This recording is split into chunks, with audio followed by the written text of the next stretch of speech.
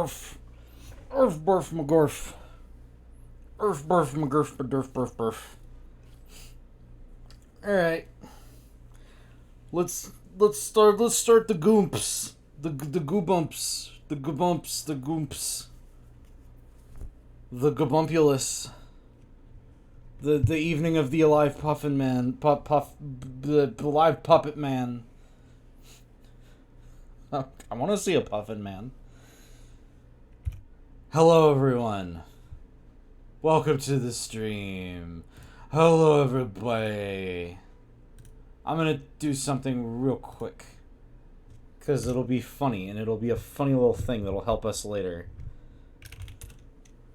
I'm gonna type that in. And now I need to find the picture that I downloaded. Oh, whoops. Oh, wow, that came out really big. That's too big. I have this ready. I made this up really fast for when my cat decides it's time to be an asshole inevitably.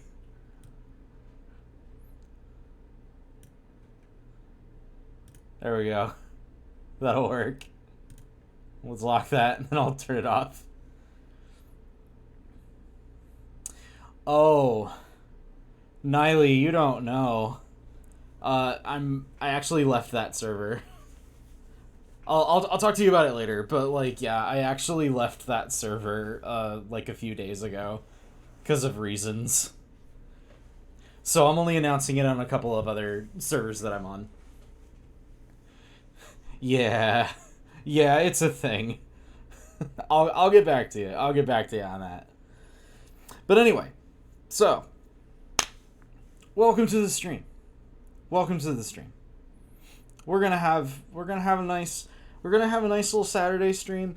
I wasn't up for it yesterday because I felt real bad. Cause like Thursday, what was today? Saturday. Thursday, I had just like the most emotionally taxing day, and it just like bled into Friday, and I was just like,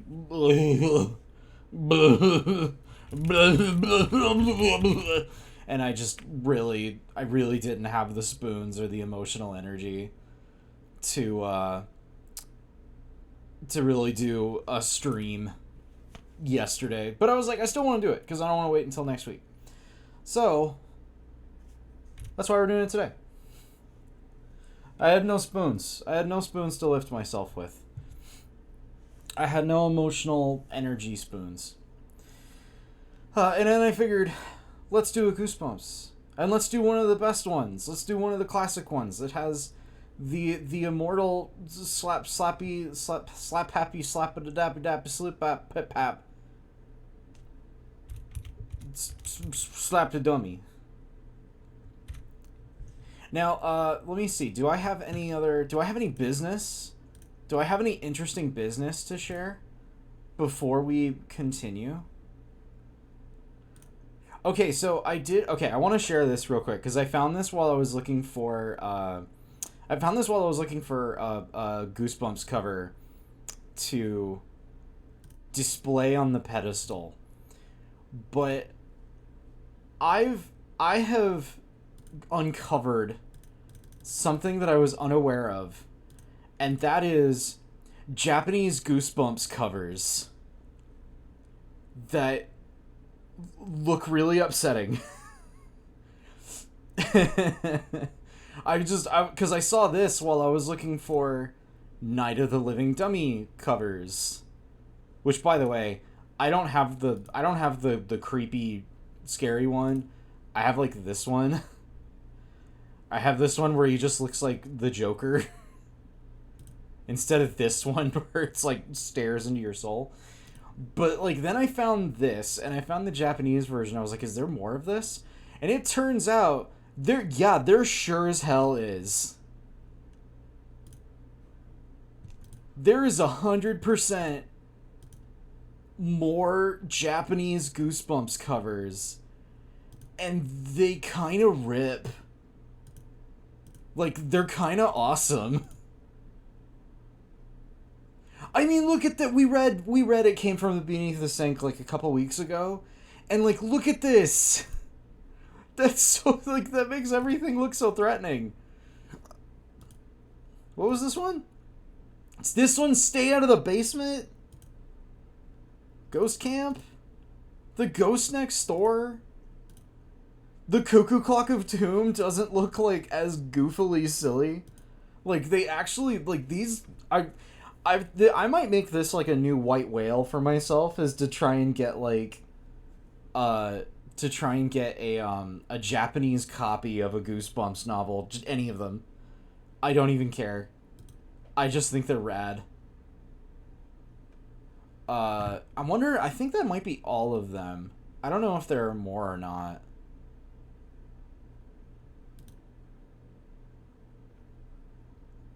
Is that one? This one? I think this is Korean. This has me so curious. What if I type in foreign Goosebumps covers? Do we get anything else interesting? Are they like different? Retour à Parc de la Horreur.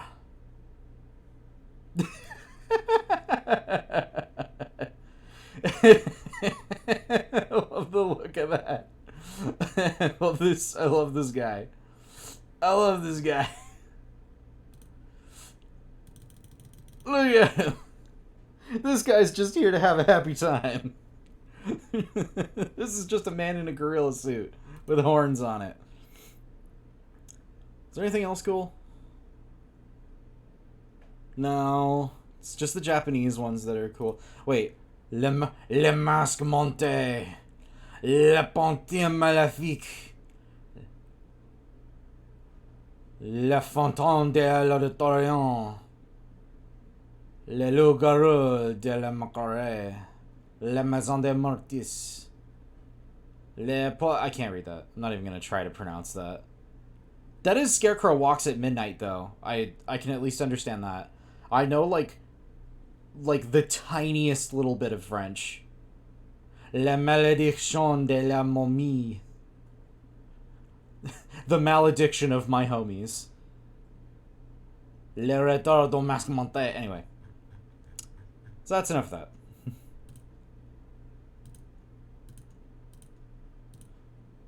Let's go back to the Japanese book covers, because they're cool.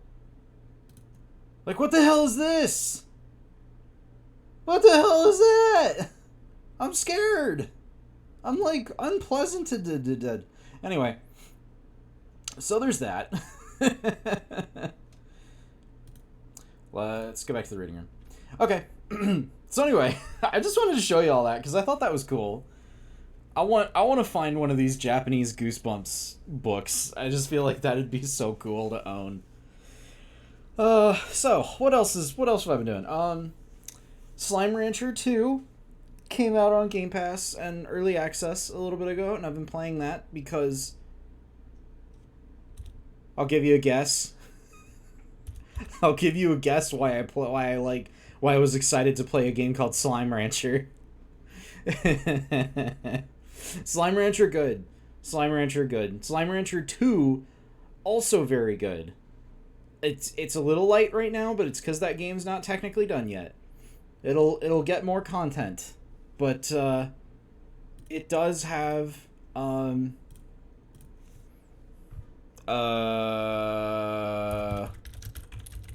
Slime Rancher Bunny. It's got bunny slimes now. It's got the bunny slimes. It's got bunny slimes. It's got,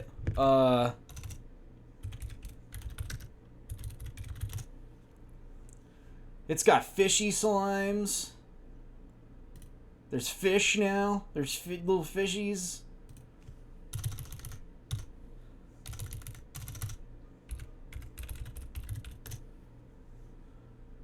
Butterfly. You got butterflies. It's awesome. Absolutely kicks ass. Oh no, it's the oh no, it's the Japanese book covers again. I love the angler slimes. They're very cute. I have them crossbred with honey slimes. And I have honey anglers, and I think they're adorable. So anyway. No, that's pretty much it. I've been playing Slime Rancher, and that's pretty much it. And then also watching my partner play Yakuza Like a Dragon, because I don't have the patience for JRPGs. So I'm just watching my partner do it. I'm watching my husband play Like a Dragon for me. Because I don't care for JRPGs that much. Anyway. So I don't have too much more to discuss. I think we'll probably just go ahead and jump right into it. And we'll see about having a good old funny old Goosebumps time. It's a good old funny old Goosebumps time. Everybody comfy? Everybody ready to go? Everybody ready to do it? Excuse me, that was hiccuping. Oh yeah! Oh my god, okay. I do gotta share this with you guys. I think this is really funny. So, on the inside cover of this this copy of Night of the Living Dunny, that's me. On the inside cover of this book, right, there's a sticker on the inside cover, and it says, this book was generously donated to your child by Beautiful Savior Lutheran Church.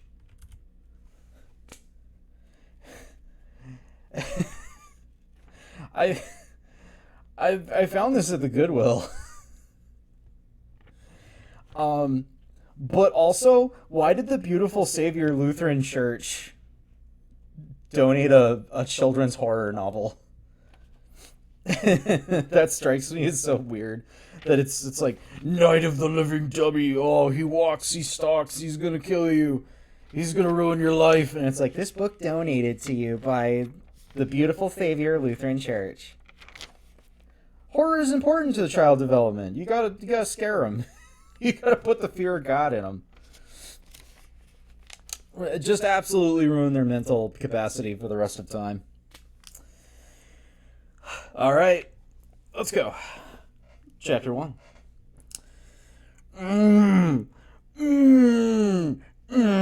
This is the way this book starts. It's just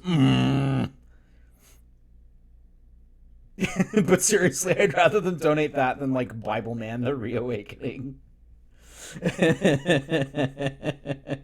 The reawakening means there was an awakening before. Oh no. Anyway, but yes, the chapter starts out with just a bunch of M's. Chris Powell struggled to get her twin sister's attention. Lindy Powell glanced up from the book she was reading to see what the problem was. Instead of her sister's pretty face, Lindy saw a round pink bubble nearly the size of Chris's head. Nice one, Lindy said without much enthusiasm. With a sudden move, she poked the bubble and popped it. Hey! Chris cried as the pink bubblegum exploded onto her cheeks and chin. Lindy laughed. Gotcha. Chris angrily grabbed Lindy's paperback and slammed it shut. Whoops! Lost your place! She exclaimed. I will actually kill you if you do this to me. If you slap my book closed and I lose my place, I will hurt you. I will ruin you. Don't do this to me.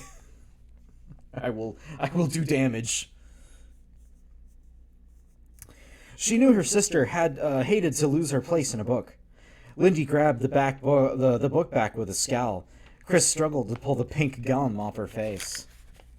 That was the biggest bubble I ever blew, she said angrily. The gum wasn't coming off of her chin. I've blown much bigger than that. I've seen bigger bubbles, Lindy said with a superior sneer. I'm gonna do like every mom in a Goosebumps book with like a Midwestern, like Minnesota accent. I don't believe you two.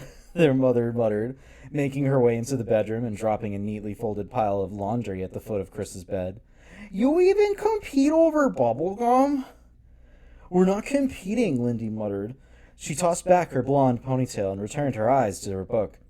Both girls had straight blonde hair, but Lindy kept hers long, usually tying it behind her head or on one side in a ponytail, as was the style at the time in the 90s.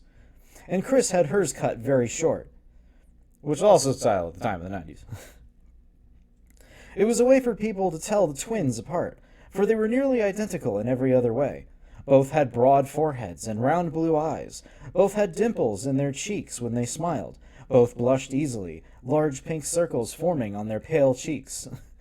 Both had a horrible disfigured growth directly in the middle of their forehead. No. Both thought their noses were a little too wide. Both wished they were taller. Lindy's best friend Alice was nearly 3 inches taller, even though she hadn't turned 12 yet. Did I get it all off? Chris asked, rubbing her chin, which was red and sticky.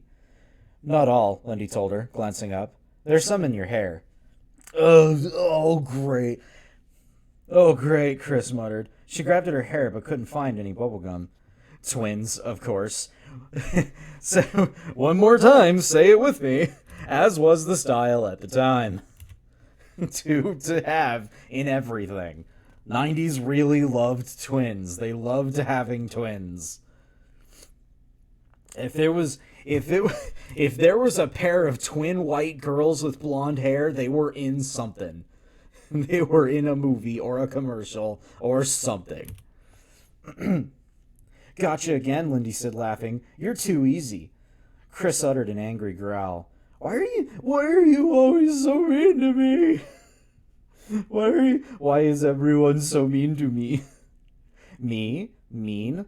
Lindy looked up in a wide-eyed innocence. I'm an angel. Ask anyone.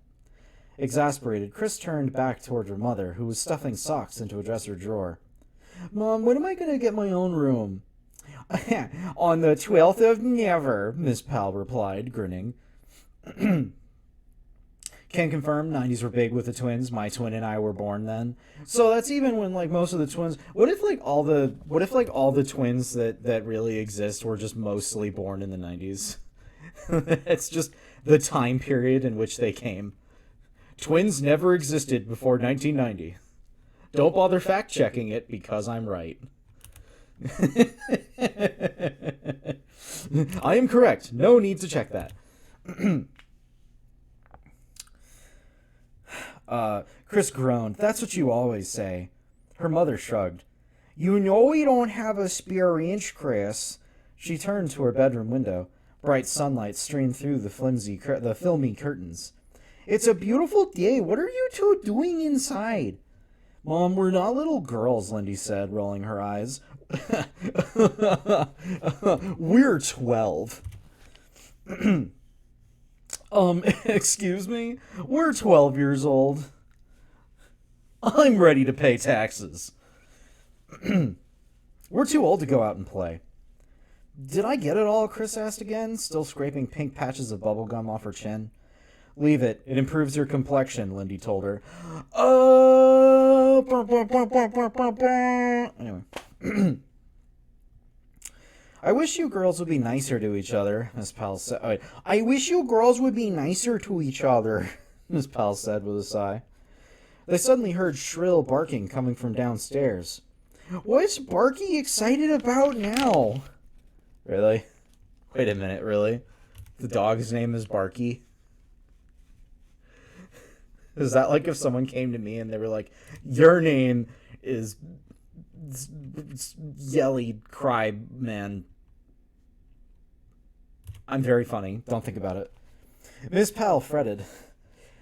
The little black terrier was always barking about something, which is probably why they named it Barky.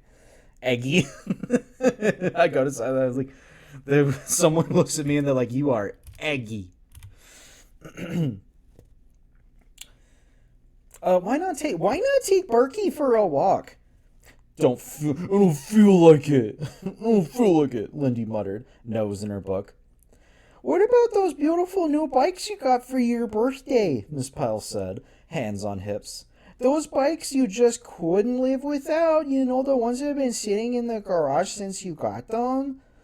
Okay, you don't have to be sarcastic, Mom, Lindy said, closing her book. She stood up, stretched, and tossed the book onto her bed. You want to? Chris asked Lindy. Want to what? Go for a bike ride. We could ride to the playground, see if anyone's hanging out at the school. You just want to see if Robbie's there, Lindy said, making a face. So, Chris said, blushing. So, you just want to go see if there's a boy there.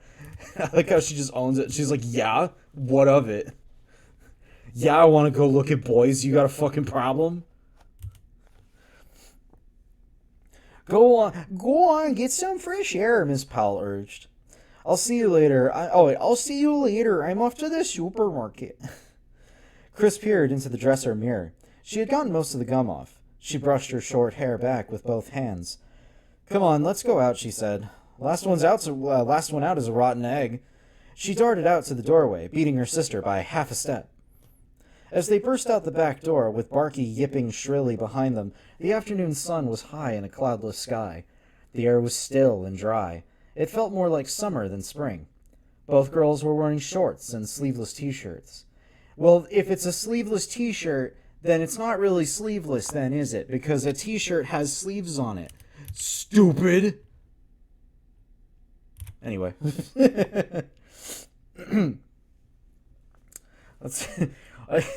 I'm having a cheeseburger without the cheese. Well, then it's just a hamburger then. If your sleeveless t-shirt has no sleeves, then it is no longer a tee.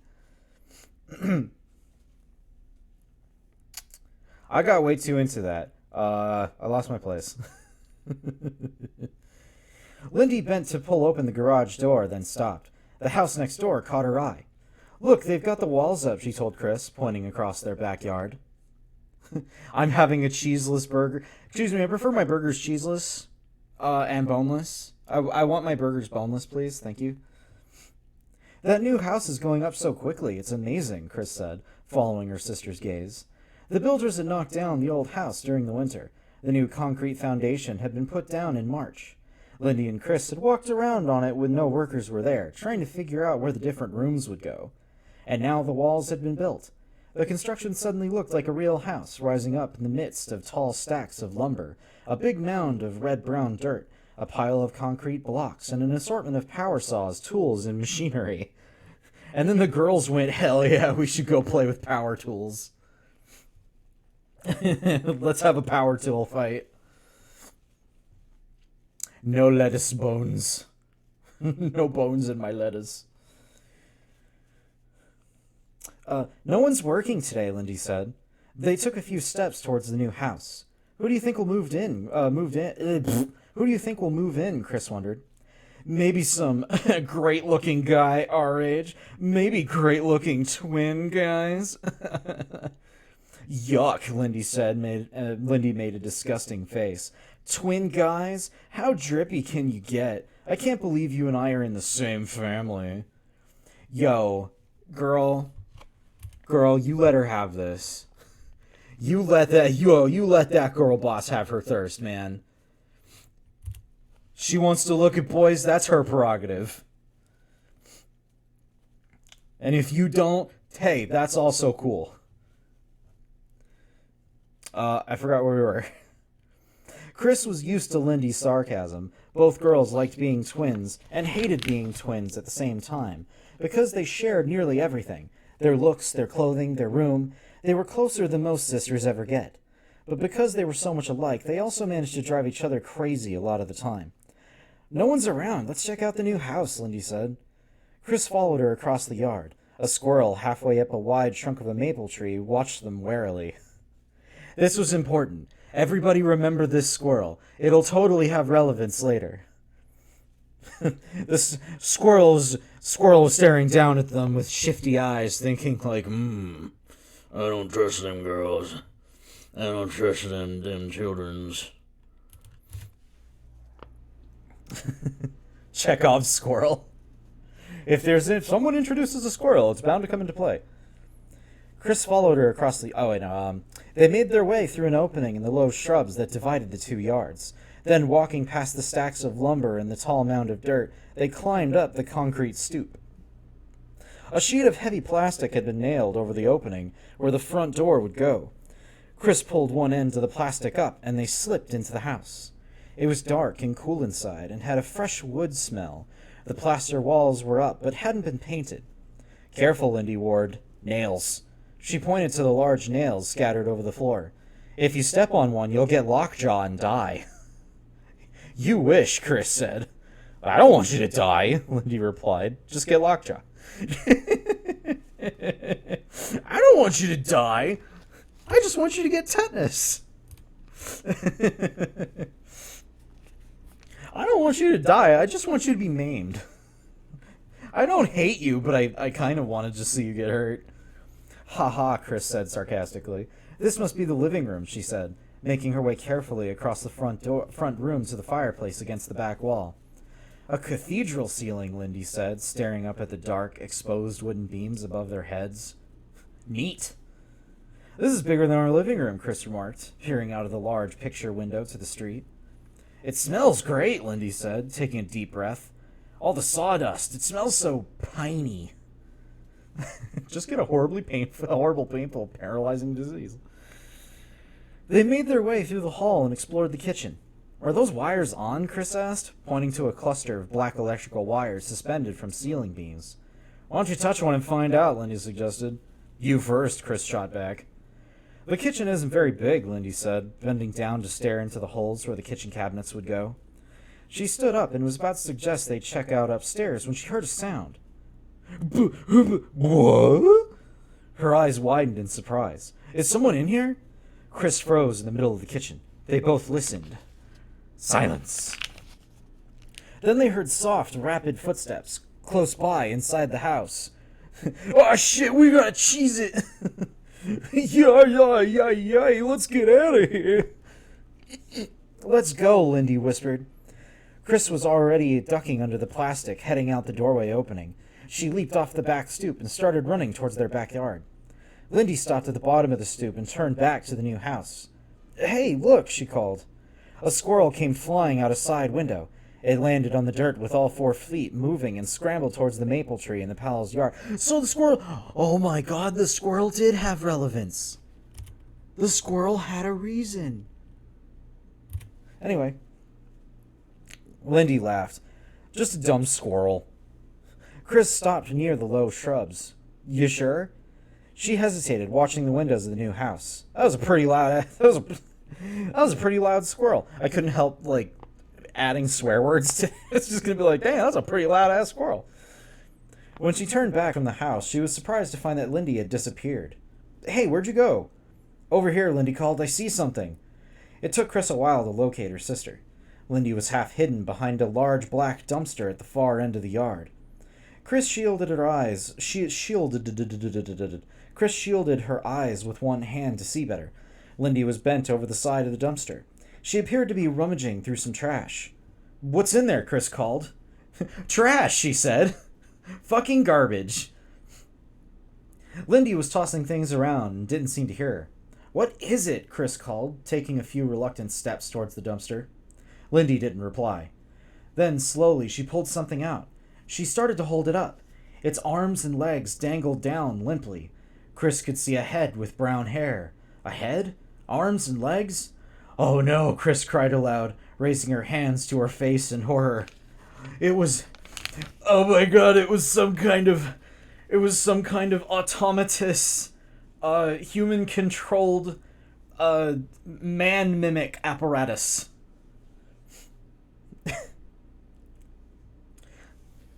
Once again, I'm very funny. Nobody questioned this. Let's move on. Chapter 2. "A child?" Chris uttered a silent gasp, staring in horror as Lindy lifted him out of the dumpster. She could see his face, frozen in a wide-eyed stare. His brown hair stood stiffly on top of his head. He seemed to be wearing some sort of gray suit. His arms and legs dangled lifelessly. "Lindy," Chris called, her throat tight with fear. Is he alive?" Her heart pounding, Chris started to run to her sister. Lindy was cradling the poor thing in her arms. "Is he alive?" Chris repeated breathlessly. She stopped short when her sister started to laugh. No, not alive, Lindy called gleefully. And then Chris realized. And then Chris realized that Lindy was kind of a freak. And then Chris realized that it wasn't a child after all. A dummy, she shrieked. Lindy held it up. A ventriloquist dummy, she said. Someone threw him out. Do you believe it? He's in perfect shape. It took Lindy a while to notice that Chris was breathing hard, her face bright red. Chris, what's your problem? Oh, wow, did you think he was a real kid? Lindy laughed scornfully. No, no, no, I didn't. Fuck you. No, I didn't. No, of course not, Chris insisted. Lindy held the dummy up and examined his back, looking for a string to pull to make his mouth move. I am the real kid, Lindy made him say. She was speaking in a high-pitched voice through gritted teeth, trying not to move her lips. Dumb, Chris said, rolling her eyes. Just one word, dumb. I am not dumb. I am not dumb. You're dumb, Lindy made the dummy say in a high, squeaky voice. Then she pulled the string in his back. The wooden lips moved up and down, clicking as they moved. She moved her hand up his back and found the control to make his painted eyes shift from side to side. He's probably filled with bugs, Chris said, making a disgusted face. Throw him back, Lindy. No way, Lindy insisted, rubbing her hand tenderly over the dummy's wooden hair. I'm keeping him. She's keeping me, she made the dummy say. Chris stared suspiciously at the dummy. His brown hair was painted on his head. His blue eyes moved only from side to side and couldn't blink. He had bright red painted lips curved into an eerie smile. The lower lip had a chip on one side so that it didn't quite match the upper lip. The dummy wore a gray double-breasted suit over a white shirt collar. The collar wasn't attached to a shirt. Instead, the dummy's wooden chest was painted white. Big brown leather shoes were attached to the ends of his thin, dangling legs. His drip was absolutely lame. Zero good vibes. Looks like a total narc. My name's Slappy, Lindy made the dummy say, moving his grinning mouth up and down. Dumb, Chris repeated, shaking her head. Why Slappy? Come over here and I'll slap you, Lindy made him say, trying not to move her lips. Chris groaned. Are we going to ride our bikes to the playground or not, Lindy? Afraid poor Robbie misses you, Lindy made Slappy ask. Put that ugly thing down, Chris replied impatiently. I'm not ugly, Slappy said in Lindy's squeaky voice, sliding his eyes from side to side. You're ugly. Your lips are moving, Chris told Lindy. You're a lousy ventriloquist. I'll get better, Lindy insisted. You mean you're really keeping it? Chris cried. I like Slappy. He's cute, Lindy said, cuddling the dummy against the front of her t-shirt, which wasn't actually a t-shirt because they previously said it was sleeveless, so it's more like a tank top. That's not what it is. Anyway. I'm cute, she made him say, and you're ugly. Shut up, Chris snapped to the dummy. You shut up, Slappy replied in Lindy's tight, high-pitched voice. What do you want to keep him for? Chris asked, following her sister toward the street. I've always liked puppets, Lindy recalled. Remember those marionettes I used to have? I played with them for hours at a time. I made up long plays with them. I always played with the marionettes too, Chris remembered. You got the strings all tangled up, Lindy said, frowning. You weren't any good at it. But what are you gonna do with this dummy? Chris demanded.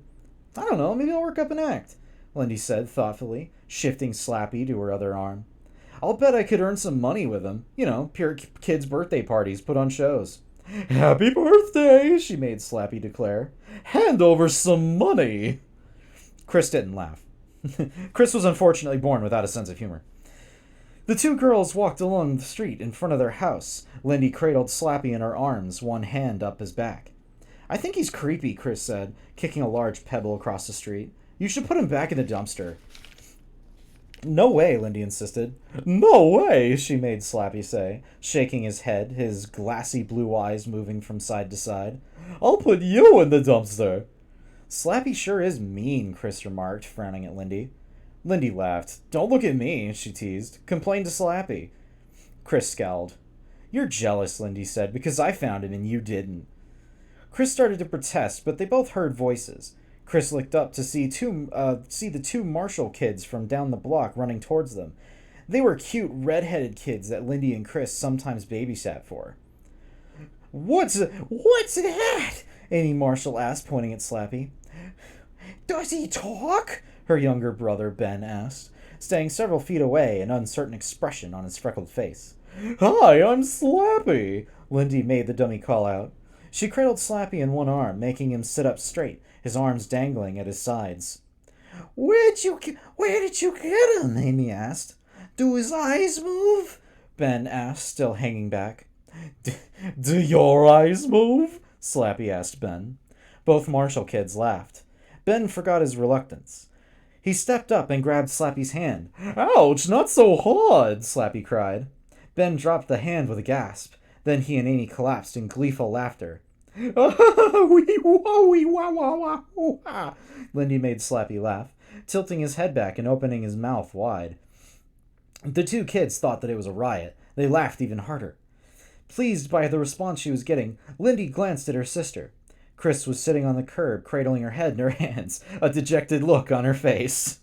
Chris was sitting there like, oh God, we're gonna have to deal with this now. She's gonna be all over this for weeks. Oh God, no. She's jealous, Lindy realized. Chris sees that kids really like Slappy and that I'm getting all the attention, and she's totally jealous. I'm definitely keeping Slappy, Lindy told herself, secretly pleased at her little triumph. She stared into the dummy's bright blue painted eyes. To her surprise, the dummy seemed to be staring back at her, a twinkle of sunlight in his eyes, his grin wide and knowing.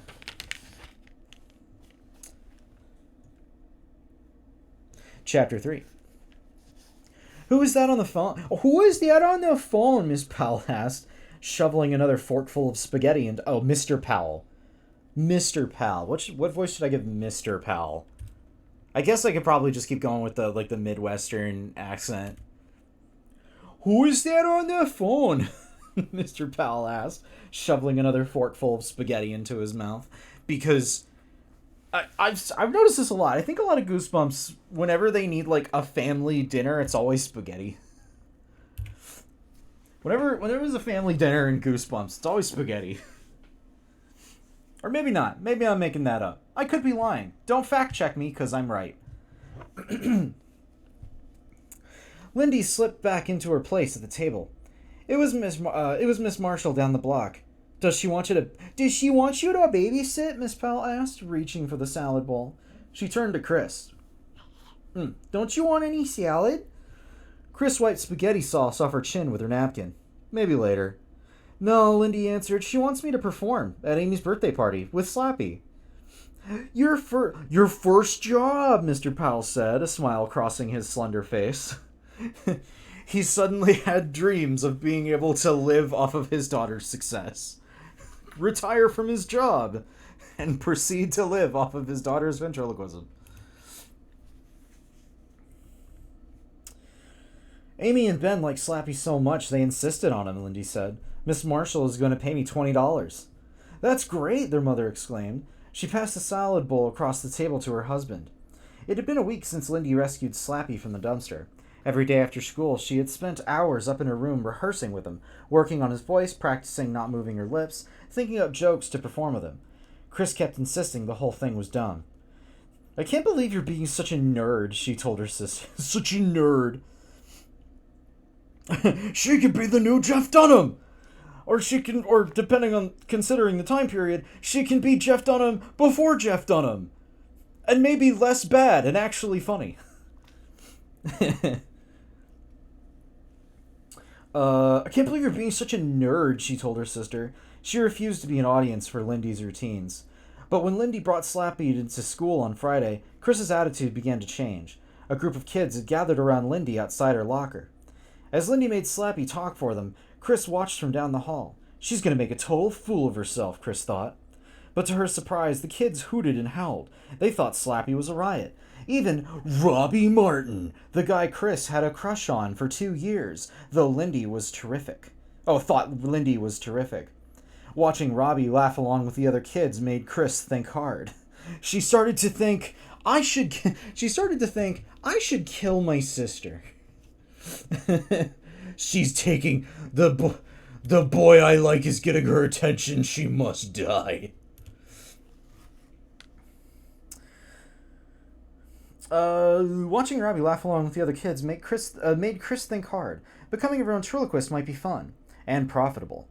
Lindy was going to earn $20 at Marshall's birthday party, and when word got around, she'd probably perform at a lot of parties and earn even more money. After dinner that evening, Lindy and Chris washed and dried the dishes. Then Lindy asked her parents if she could practice her new comedy routine on them. She hurried up to her room to get slappy. Mr. and Mrs. Powell took a seat on the living room couch. Maybe Lindy will be a TV star, Mrs. Powell said. Maybe, Mr. Powell agreed, settling back on the couch, a pleased smile on his face. Barky yapped and climbed between Mr. and Mrs. Powell, his tiny stub of a tail wagging furiously. You know you're not allowed on the couch, Miss Powell said, sighing, but she made no move to push Barky off. The family really just, there was nothing good on TV, and they were like, Jeopardy comes on at 6. We got 30 minutes to kill. Yeah, I guess we'll watch our daughter play with her puppet for a little while. Aqua. Water. Chris sat down away from the others, on the floor by the steps, cradling her chin in her hands.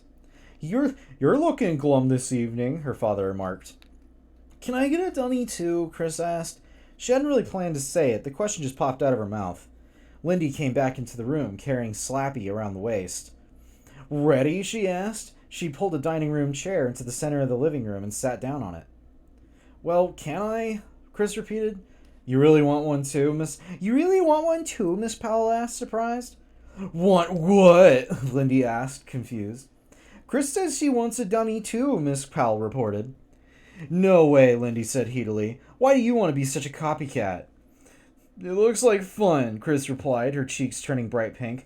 If you can do it, I can do it too, she added shrilly. And totally not because she's like, the boy I like is interested in my sister's ventriloquist and I need to be a ventriloquist right now. Anyway. You always copy everything I do, Lindy protested angrily. Why don't you find something of your own for once? Go upstairs and work on your junk jewelry collection. That's your hobby. Let me be the ventriloquist. Girls, Mr. Powell started, raising a hand for quiet. Please don't fight over a dummy. Frankly, I want both of you to go for your own enterprises so that we can make bank on 2 children. So one of you can perform and one of you can make crap and sell the crap. One of you is bound to turn out to be the moneymaker and we'll lean on that one harder than the other. I really think I'd be better at it, Chris said. I mean, Lindy isn't very funny. Everyone thinks I'm funny, Lindy insisted.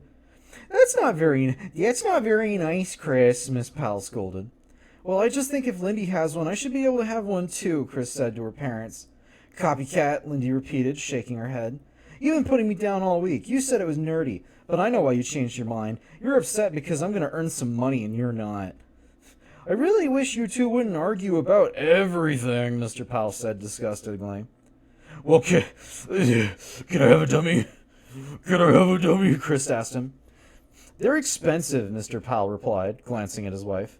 A good one will cost more than $100. I really don't think we can afford to buy one right now. You should just go... And the dad's like, you should go digging. You should have went digging through dumpsters like your sister and found one in the garbage. You want to go find a new puppet? Go dig around the garbage. That is about... I've actually seen ventriloquist puppets for sale before. That is about the right price, at least at the time anyway. Why don't you both share Slappy, Miss Powell suggested. Huh? What? Lindy's mouth dropped open in protest.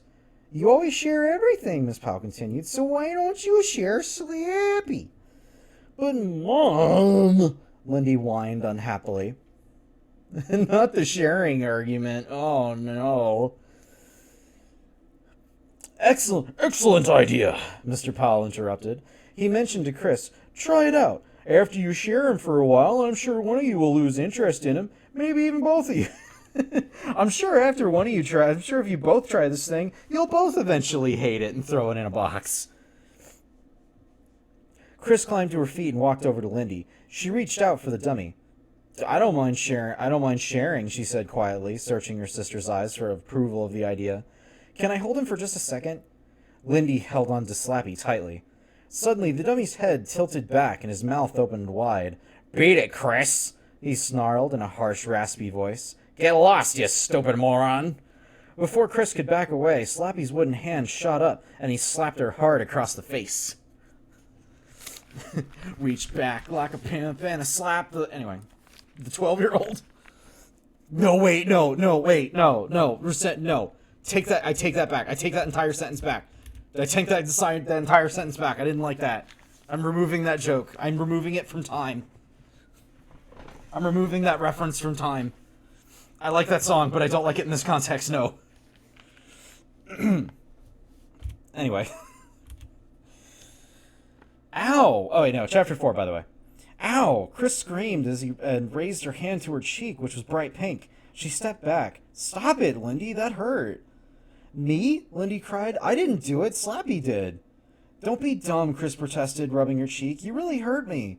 But I didn't do it, Lindy cried. She turned Slappy's face towards her. Why are you so rude to Chris? Mr. Powell jumped up from the couch. Stop acting dumb and apologize to your sister, he ordered. Lindy bowed Slappy's head. I'm sorry, she made the dummy say. No, in your own voice, Mr. Powell insisted, crossing his arms in front of his chest. Slappy didn't hurt Chris, you did. Okay, Lindy muttered, blushing. She avoided Chris's angry stare. I'm sorry, here. She dumped Slappy into Chris's arms. Chris was so surprised she nearly dropped the dummy. Slappy was heavier than she'd imagined. Now what am I supposed to do with him? Chris asked Lindy. Lindy shrugged and crossed the room to the couch, where she dropped down beside her mother. Why'd you make such a fuss? Miss Powell whispered, leaning close to Lindy. That was so baby. You little baby girl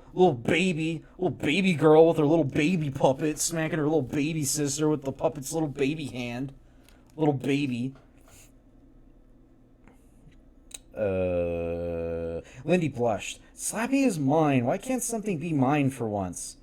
Sometimes you girls are so nice to each other, and sometimes... Miss Powell's voice trailed off. Mr. Powell took a seat on the padded arm of the chair across the room. How do I make his mouth work? Chris asked, tilting the dummy upside down to examine its back. There's a string in his back, inside the slit in his jacket, Lindy told her begrudgingly. You just pull it. I don't want Chris to work with Slappy, Lindy thought unhappily. I don't want to share Slappy. Why can't I have something that just belongs to me? Why do I have to share everything with her? Why does Chris always want to copy me? She gritted her teeth and waited for her anger to fade. She gritted her teeth and started to contemplate, I should kill my sister.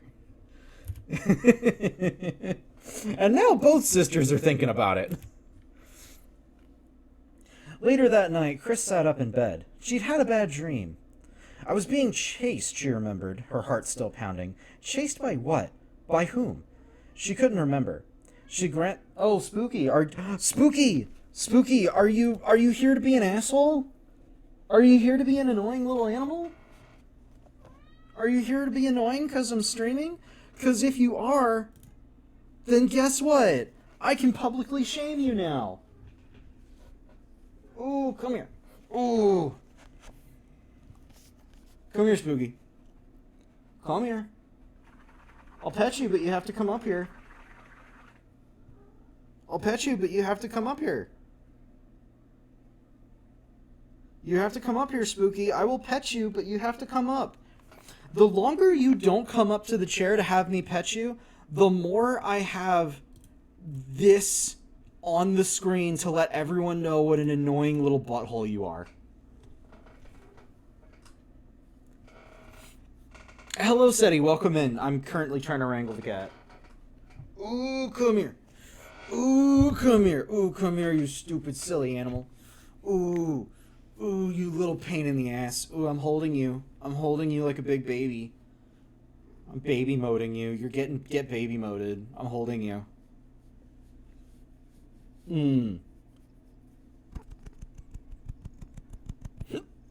Get held. That's the microphone. Please don't rub your face on it. Hugging my cat. Hugging my cat.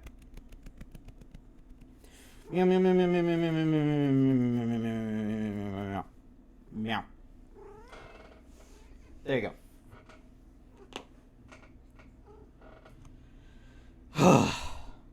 Are you okay, cat? Are you good? Did you get enough? Are you cool? Okay, I have work to do.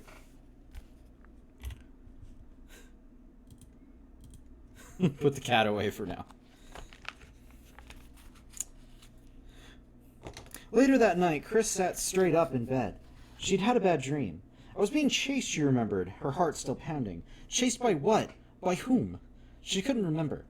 She glanced around the shadowy room, waiting for her heartbeat to return to normal.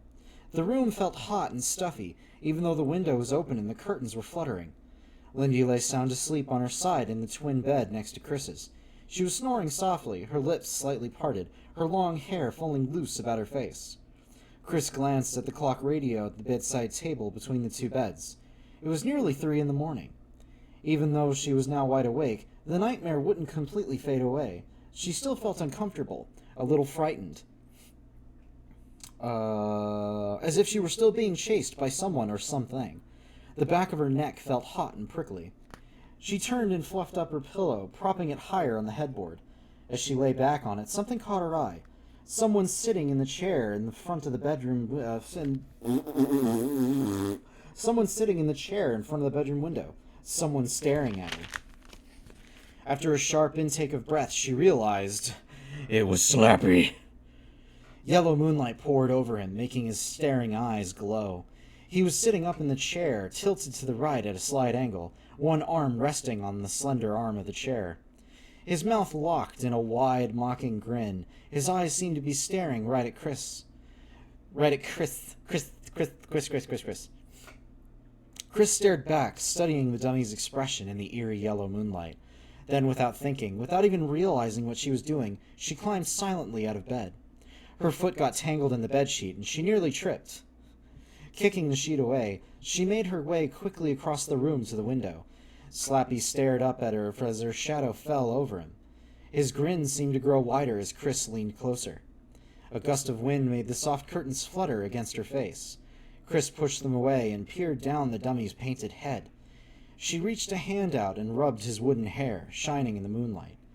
His head felt warm, warmer than she'd imagined. Chris quickly jerked her hand away. What was that sound? Had Slappy snickered? Had he laughed at her? No, of course not. Chris realized she was breathing hard. Why am I so freaked out by the stupid dummy, she thought. Probably because it got pulled out of a dumpster. In the bed behind her, Lindy made a gurgling sound and rolled onto her back. Chris stared hard into Slappy's big eyes, gleaming in the light from the window. She waited for him to blink! Blink, motherfucker! Or to roll his eyes from side to side. She suddenly felt so foolish. Ma! Hey, Ma, there's a weird dummy outside! Looks like Grandpa the fucking thing! Lucy, I don't want to start in a fight with Lucy! Blink, motherfucker! There's a weird dummy outside.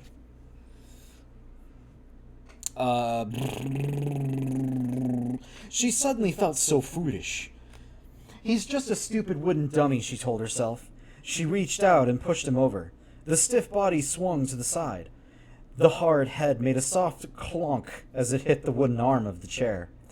Chris stared down at him, feeling strangely satisfied. Like a big man. Like a big, big man. She suddenly thought, I have power. I could just push over people who were smaller than me. Anyway. Chris stared down at him, feeling strangely satisfied, as if she'd somehow taught him a lesson. The curtains rustled against her face again, and she pushed them away. Feeling sleepy, she started back to bed. She had only gone one step when Slappy reached up and grabbed her wrist. Chapter 5. Oh! As the hand tightened around her wrist, Chris cried out and spun around. To her surprise, Lindy was crouched beside her. Lindy had a tight grip on Chris's wrist. Chris jerked her hand from Lindy's grasp. Moonlight through the window lit up Lindy's devilish grin. Gotcha again! Oh, what? Get owned. Get wrecked. Gotcha again, she declared. You didn't scare me, Chris insisted, but her voice came out a trembling whisper. You jumped a mile, Lindy exclaimed gleefully. You really thought the dummy grabbed you. Did not, Chris replied. She hurried to her bed. What were you doing up anyway, Lindy demanded. Were you messing with Slappy? No, I had a bad dream, Chris told her. I just went to look out the window. Lindy snickered. You should have seen the look on your face. I'm going back to sleep. Leave me alone. I'm not owned. I'm not owned, says child who absolutely got owned. I'm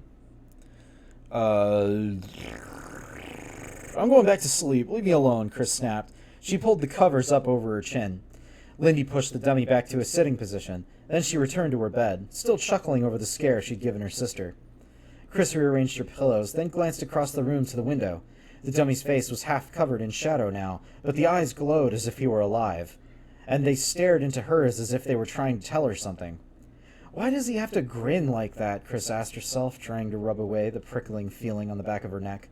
She pulled up the sheet, settled into the bed, and turned on her side, away from the wide, staring eyes. But even with her back turned, she could feel them gazing at her. Even with her eyes closed and the covers pulled up over her head, she could picture the shadowy, distorted grin, the unblinking eyes staring at her, staring, staring, staring, staring. Staring.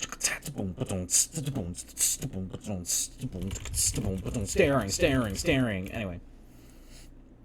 She drifted into an uncomfortable sleep, and drifted into another dark nightmare. Someone was chasing her. Someone very evil was chasing her. But who? Oh, I wonder who it could be. Anyway. On Monday afternoon, Lindy and Chris both stayed after school to rehearse for the spring concert. It was nearly 5 when they arrived home, and they were surprised to see their dad's car in the driveway. You're home so early, Chris exclaimed. The pages were stuck together. Whoopsie. You're home so early, she exclaimed, seeing him in the kitchen, helping their mother prepare dinner. I'm leaving tomorrow. I'm leaving tomorrow for a sales conference in Portland, Mr. Powell explained, peeling an onion over the sink with a small paring knife. So I only worked a half a day today. What's for dinner? Lindy asked. Meatloaf, Miss Powell replied. If your father ever gets the onion peeled. There's a trick to not crying when you peel an onion, Mr. Powell said, tears rolling down his cheeks. Wish I knew it. There's also a trick to being actually satisfying for your wife. Wish you knew that. Well, maybe if you weren't such a frigid hoe. Anyway. Actually, this is probably one of the few times where, like, the parents in a Goosebumps novel don't really give off the energy that they have marital issues. They actually seem perfectly fine with each other. How was chorus rehearsal? Miss Powell asked, kneading a big ball of red ground beef in her hands. Boring, Lindy complained, opening her refrigerator and taking out a can of Coke. This book, sponsored by Coca-Cola. The refreshing, wonderful taste of Coca-Cola. Yeah, we're doing all these Russian and Yugoslavian songs, Chris said. They're so sad. They're all about sheep or something. We don't really know what they're about. There's no translation. That kind of reminds me... So, like, when I was in college, I took a voice class, like a singing class, and I did a bunch of musical theater stuff in high school, and I was like, oh, yeah, singing class. I want to do some more singing. And the guy was such a like, pompous dillweed, and he always had us, like, singing stuff in Italian and, like, German and, like, all these other languages, and it was always this, like, classical operatic kind of stuff. It was a very miserable class.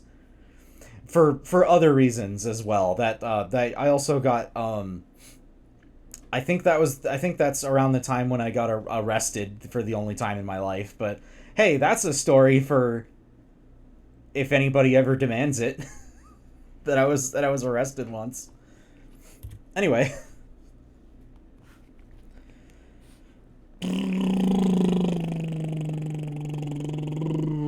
Right, they're all singing loser songs for loser people. We don't really know what they're about. There's just no translation. Mr. Powell rushed to the sink and began splashing cold water on his red, runny eyes. I can't take this. I can't take this anymore. No more onions. He wailed. He tossed the half-peeled onion back to his wife. Crybaby, she muttered, shaking her head. Chris headed up the stairs to drop her backpack into her room. She tossed it on the desk she shared with Lindy, then turned to go back downstairs. But something by the window caught her eye. Spinning around, she gasped. "Oh no! Oh no!" The startled cry escaped her lips. Chris raised her hands to her cheeks and stared in disbelief. Slappy was propped up in the chair in front of the window, grinning at her with his usual wide-eyed stare. And seated beside him was another dummy, also grinning at her. And they were holding hands. "What's going on here?" Chris cried aloud. And they were holding hands. Aw. The evil doll has a friend. Love wins.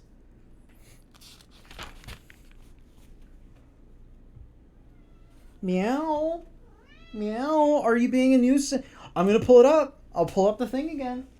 I'm shaming you. I'm shaming you. I'm shaming you for being a little butthead.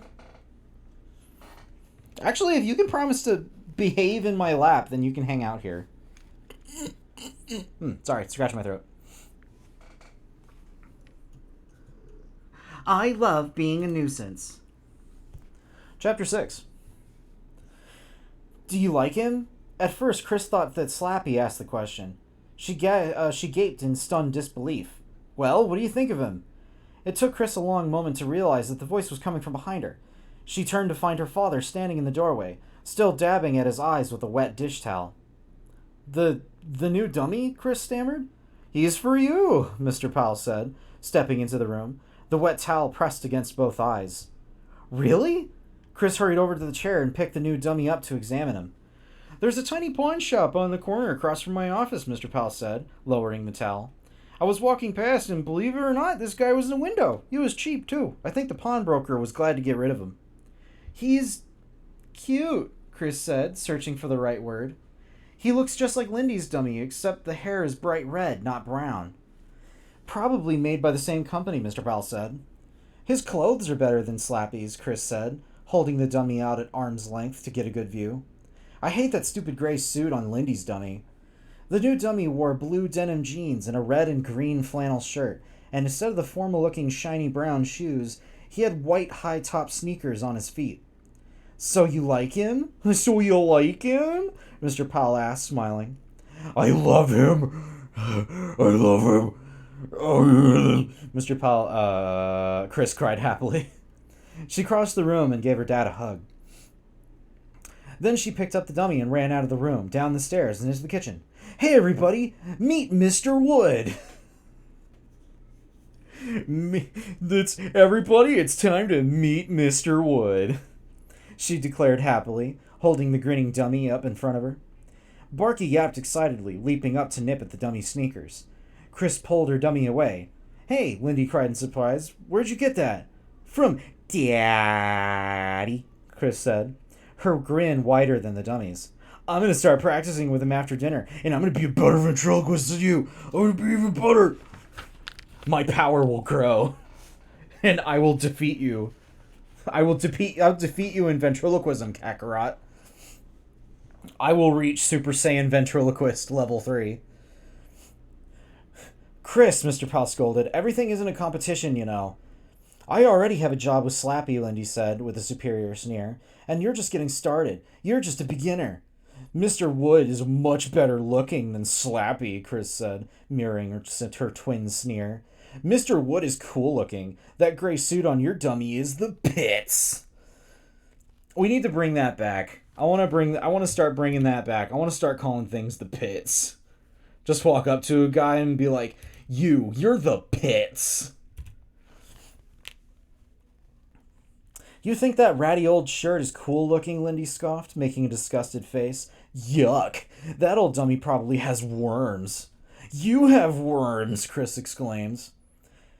"Your dummy won't be funny," Lindy said nastily, "because you don't have a sense of humor." "Oh, yeah," Chris replied, tossing Mr. Wood over her shoulder. I must have a sense of humor. I put up with you, don't I? Oh!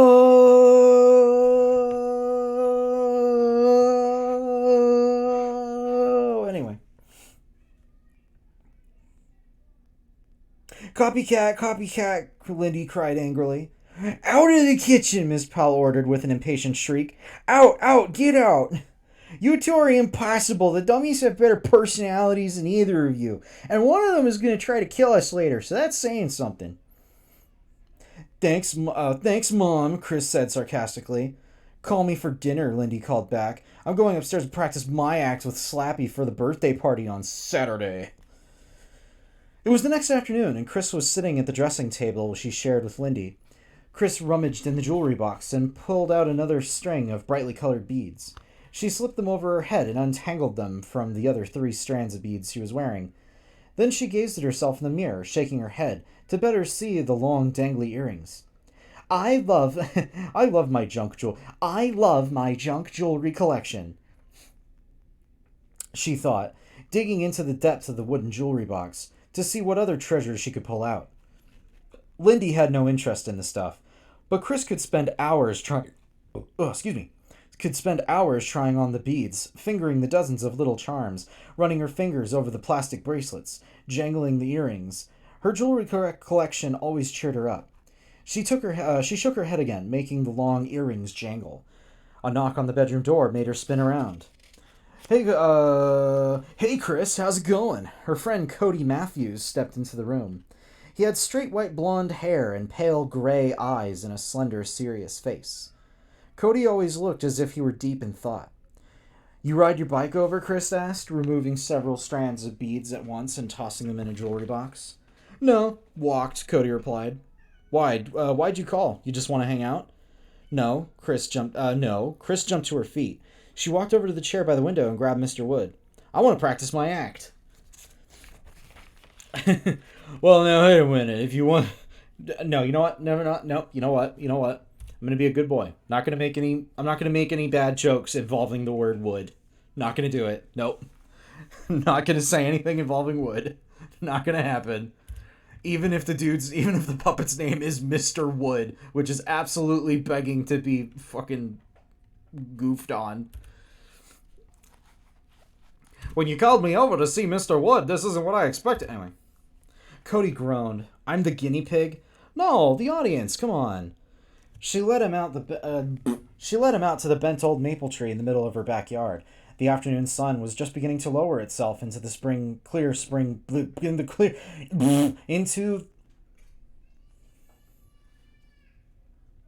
Don't tell anyone I can't read. This channel is doomed if anybody figures out I can't read. She led him out to the bent old maple tree in the middle of her backyard. The afternoon sun was just beginning to lower itself in the clear spring blue sky. She raised one foot against the tree trunk and propped Mr. Wood on one knee. Cody sprawled on his back in the shade. Tell me if this is funny, she instructed. Okay, shoot, Cody replied, narrowing his eyes in concentration. Chris turned Mr. Wood to face her. How are you today? She asked him. Pretty good. Knock wood, she made the dummy say. She waited for Cody to laugh, but he didn't. Was that funny? She asked. Kinda, he replied without enthusiasm. Keep going. Hello, machine elves. Welcome in. Okay, Chris lowered her head so that she was face to face with her dummy. Mr. Wood, she said, why were you standing in front of the mirror with your eyes closed? Well, answered the dummy in a high-pitched, squeaky voice. I wanted to see what I look like when I'm asleep. Chris tilted the dummy's head back and made him look as if he were laughing. How about that joke? She asked Cody. Cody shrugged. Better, I guess. Aw, you're no help, Chris screamed angrily. She lowered her arms and Mr. Wood crumpled onto her lap. You're supposed to tell me if it's funny or not. Then I guess not, Cody said thoughtfully. Chris groaned. I need some good joke books, she said. That's all, some good joke books with some really funny jokes, then I'd be ready to perform. Because I'm a pretty good ventriloquist, right? Oh, I guess, Cody replied, pulling up a handful of grass and letting the moist green blades sift through his fingers.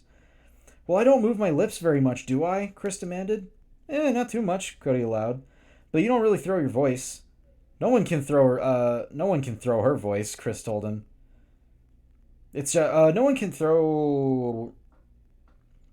Hold on, sorry. The sentence had me screwed up for a minute. No one can throw their voice, Chris told him. It's just an illusion. You make people think you're throwing your voice. You don't really throw it. Oh, Cody said, pulling up another handful of grass. Chris, this is exactly what I would be doing. I would just be like sitting there, like tearing up grass, and I would be like, uh huh, uh huh, uh huh. Yeah, yeah, okay, I guess that's fine. Chris tried out several more jokes. What do you think? She asked Cody. I think I have to go home, Cody said. Tossed a handful of grass at her.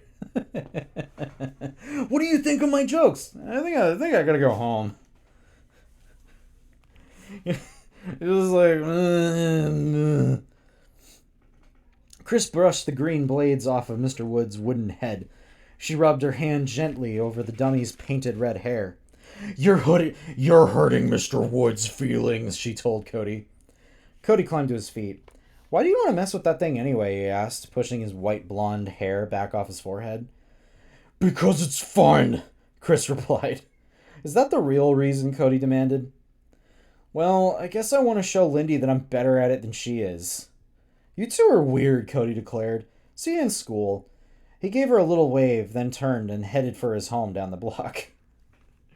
I like how even this like other 12-year-old child is just like, yo, you two are nuts. You two are weird.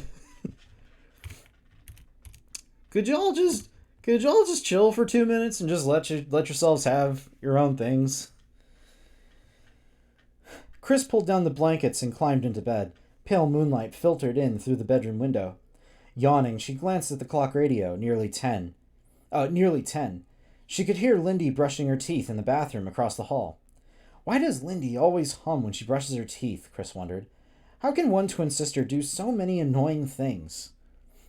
We will fight the wooden dummy to the death. You know, we still have, so we have Slappy and we have Mr. Wood, and frankly, I think one of these I don't think one of these dummies is coming out of this alive. I don't know which one. Wink wink, nudge nudge, hint hint. It's not going to be Mr. Wood, but we'll see which one comes out alive.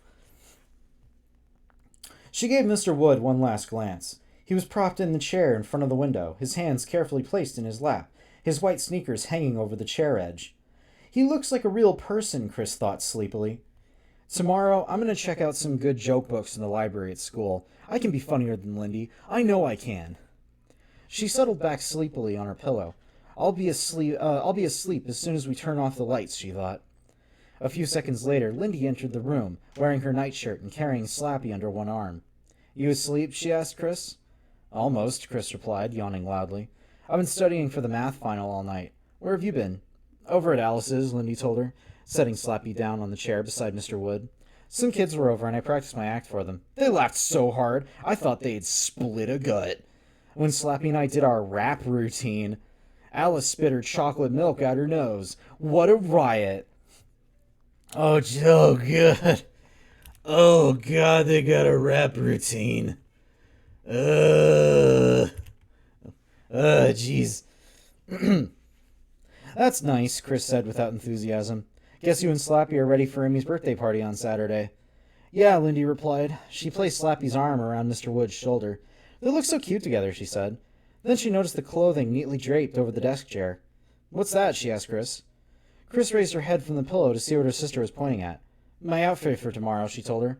We're having a dress-up party in Miss Finch's class. It's a farewell party. For Margot. You know, the student teacher? Lindy stared at the clothes. Your Betsy Johnson skirt? Your silk blouse? You're supposed to get really dressed up, Chris said, yawning. Can we go to sleep now? Yeah, sure. Sure. Lindy made her way to her bed, sat down, and clicked off the bedside table lamp. Are you getting any better with Mr. Oh, God. That's a sentence. Are you getting any better with Mr. Wood? She asked, climbing between the sheets. Chris was stung by the question. It was such an obvious put-down. Yeah, I'm getting really good. I did some stuff for Cody out in the backyard. Cody laughed so hard, he couldn't breathe. Really, he was holding his sides. He said Mr. Wood and I could be on TV. Really? Lindy replied after a long moment's hesitation. That's weird. I never thought Cody had much of a sense of humor. He was always so grim. I don't think I've ever seen him laugh. Well, he was laughing at Mr. Wood and me. Chris insisted, wishing she were a better liar. Awesome, Lindy muttered. Can't wait to see your act. Neither can I, Chris thought glumly. Glumly. A few seconds later, they were both asleep. Their mother's voice, calling from downstairs, awoke them at 7 the next morning. Bright morning orange sunlight poured in through the window. Chris could hear birds chirping happily in the old maple tree. Rise and shine, rise and shine. Get up, it's time for everybody to get up. Get the fuck up and get out of my house. Rise and shine. Every morning, Miss Powell shouted up the same words. Chris rubbed the sleep from her eyes and then stretched her arms high overhead. She glanced across the room, then uttered a quiet gasp. Okay, so who wants to bet that her outfit got ruined? That's what I'm assuming is gonna happen. That Slappy ruined her outfit for the next day or whatever. That's what I'm gonna guess. Hey, what's going on? She reached across Lindy's bed and shook Lindy by the shoulder. What's going on? Huh? Lindy startled, sat straight up. What's the joke? Where is he? Chris demanded. Huh? Chris pointed to the chair across the room. Sitting straight up in the chair, Slappy grinned back at them, bathed in morning sunlight, but Mr. Wood was gone. Is there a tiny echo? Oh, there might be. Hold on a second. Okay, so never mind. I was wrong. The Slappy didn't ruin the outfit, but Mr. Wood has now disappeared. Anyway, let me unplug and replug my mic, and that might solve the echo problem. I've been having that lately. I'm not exactly sure why it's doing that.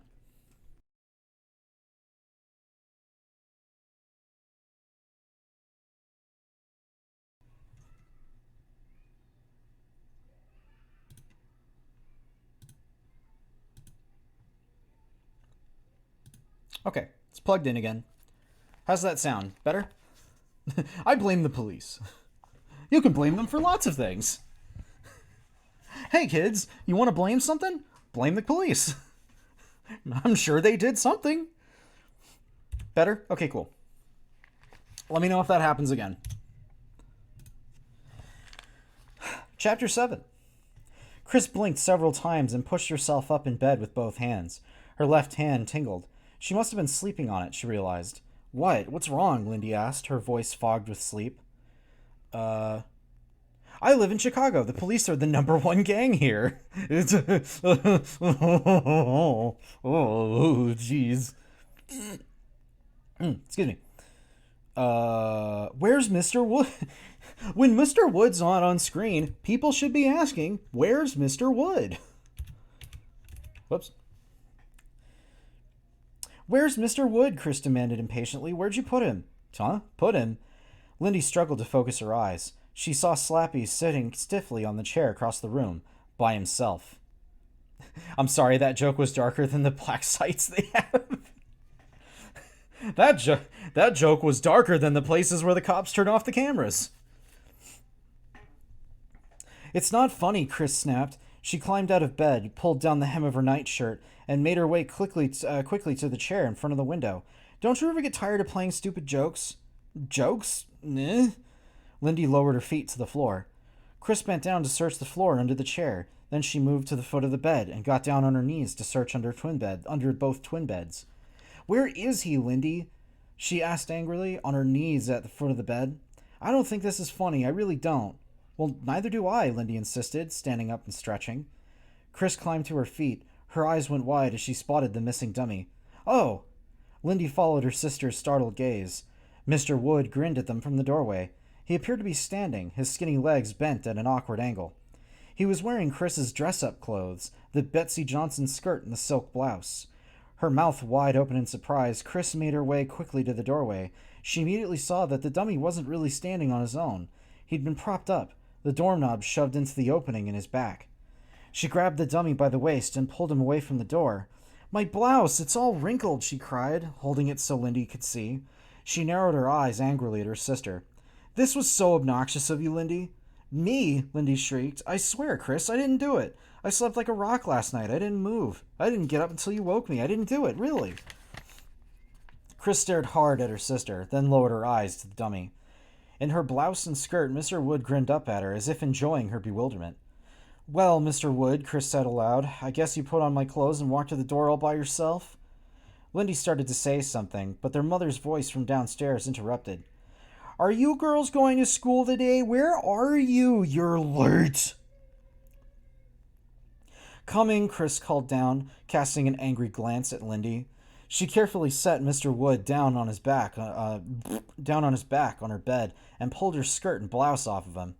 She looked up to see Lindy making a mad dash across the hall to be the first into the bathroom. She had to shit really bad. Sighing, Chris stared down at Mr. Wood. The dummy grinned up at her, a mischievous grin on his face. Well, what's going on? What's going on? She asked the dummy. I didn't dress you up and move you, and Lindy swears she didn't do it.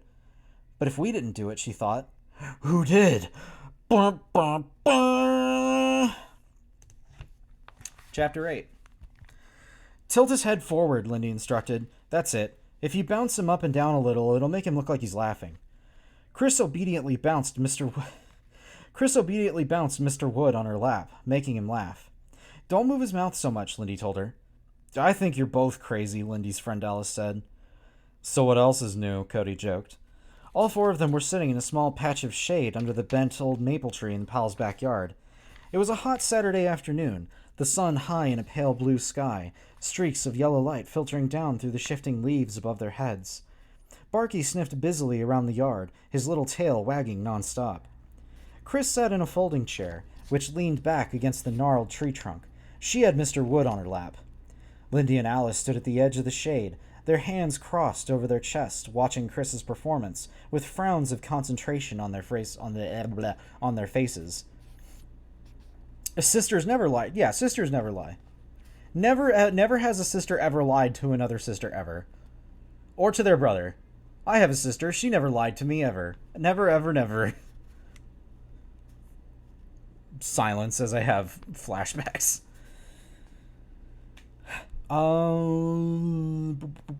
Lindy and Alice stood at the edge of the shade, their hands crossed over their chests, watching Chris's performance with frowns of concentration on their faces. She never lied to you for a prank. Alice was a tall, skinny girl with straight black hair down to her shoulders, a snub nose, and a pretty heart-shaped mouth. She was wearing white shorts and a bright blue midriff top.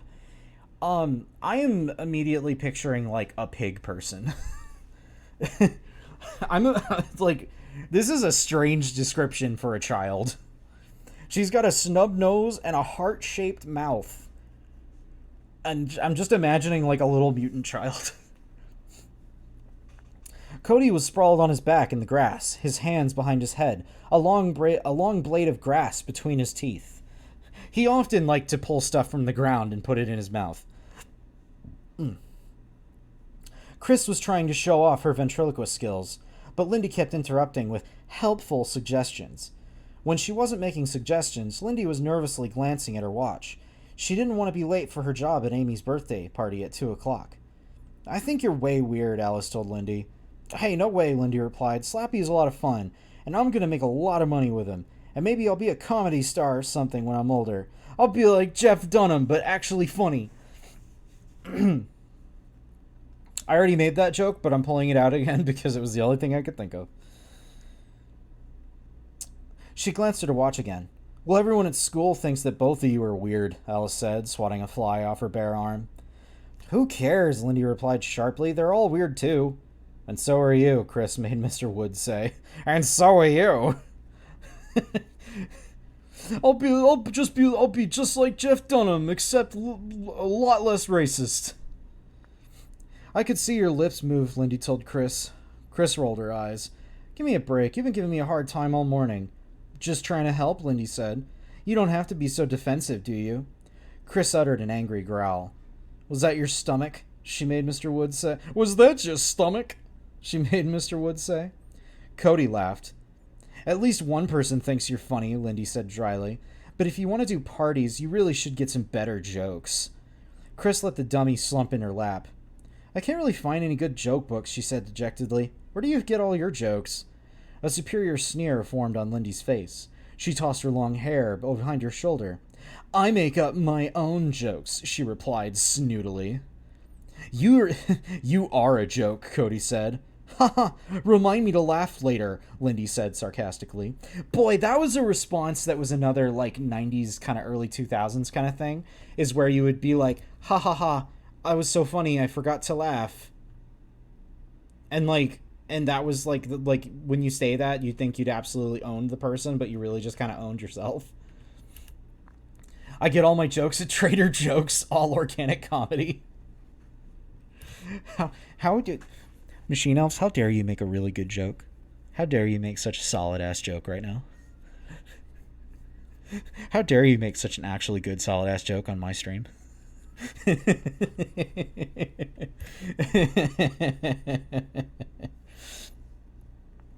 I can't believe you don't have your dummy out here, Alice told Lindy. I mean, don't you want to rehearse for the party? No need, Lindy replied. I've got my act down. I don't want to over-rehearse. Chris groaned loudly. Some of the other parents are staying at the birthday party to watch Slappy and me, Lindy continued, ignoring Chris's sarcasm. If the kids like me, their parents might hire me for their parties. Maybe you and Chris should do an act together, Alice suggested. That could be really awesome. Yeah, what an act. There'd be 4 dummies, Cody joked. Alice was the only one to laugh. Lindy made a face at Cody. That might actually be fun, she thought thoughtfully. And then she added, when Chris is ready. Chris drew in her breath and prepared to make an angry reply.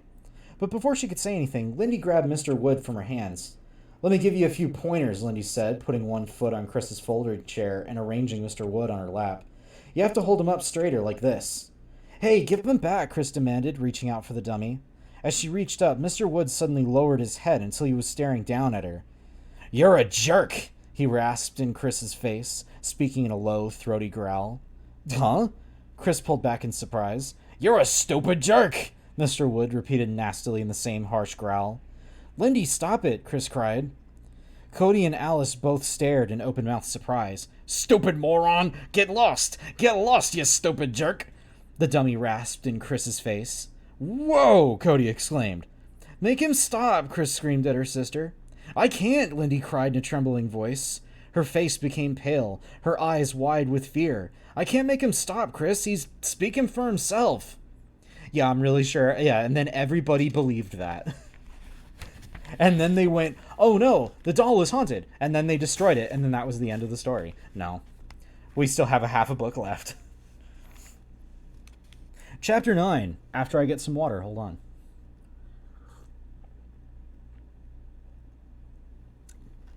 Oh my god. Oh my god. We're being raided. Oh my god.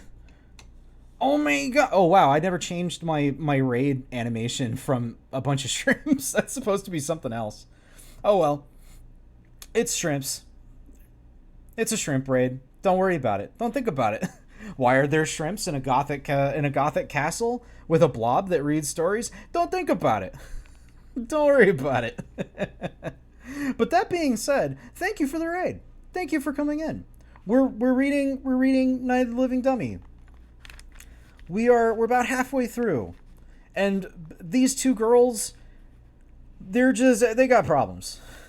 We got a pair of twin sisters. They got problems. They're fighting over a dummy.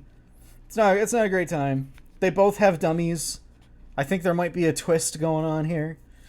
We'll see where it goes. But yes, good to see you again as well. I was gonna do a stream yesterday, but I felt like absolute farty butt badness. I had no spoons. I had no emotional spoons to lift me up. So, but that's what I'm doing today. So anyway, let's go ahead and hop back to it. Boop. Got to take care of yourself first. Absolutely. I had my Thursday. My Thursday was like. I got up, I went to my therapist, and then I drove for an hour to go see my parents, and then I stayed there all day, and then I came home, and then I was just destroyed. Have fun with your stream. I am heading to bed. You have a good sleep. Have a good rest. I wish you good sleepy sleeps. Don't forget water. You know what? I just drank some water, but I'm gonna drink some more water. I do therapy on Thursdays too. Yeah, therapy buddies. Therapy, The time where I go because my emotions hurt. Anyway. Hey, by the way, did I tell y'all that we're like I wonder. Let's go to Twitch. And then where's my channel? When it comes up. Get all these anime girls off the screen. Get all these anime girls away. No, we're not actually watching. Where is it? I was looking for something. Whatever. Anyway, but no, the thing I was gonna say was that we're about like, I think like 5 followers away from 50. And I think once I hit 50, that's because I've already been streaming like relatively creator dashboard. Oh, okay, so I was on the wrong page. Let me actually, you know what? I'm not taking you guys with me. This isn't a field trip, but I am gonna check something real quick. Because I think we're not too many followers away from associate. And, no, stop that. I don't want it. No one else's stream is playing on my stream. How dare you? How dare you do this to me? How dare you? Yeah, we have 44. But yeah, because, like, I stream for the right amount average, and then I do it the right amount of days, and I have, like, the right amount of viewers. So, like, we're not far. We're not far from that delicious associate status. I never visit the actual Twitch homepage because it keeps autoplaying streams I'm not interested in. I just bookmark a certain channel instead. That's pretty much what I do as well. I'm usually watching Twitch like on my console or on my phone. And so when I pulled it up on desktop, I was like, what the hell is this? Stop playing these streams. I don't know who any of these people are. Who are you people? But anyway, so yeah, we're close. So I'm gonna keep doing my thing, and then maybe hopefully we'll get to a point where we can start having some funny little extra stuff on this stream. Because I think after we hit associate, that's when I can have like emote slots and stuff, and I would love to make some emotes. That'd be so cool. Among other funny little things I could put together. But anyway, so that's enough of that. I'm gonna go ahead and keep on going because we still got a good chunk of book left to go. We are now on chapter 9.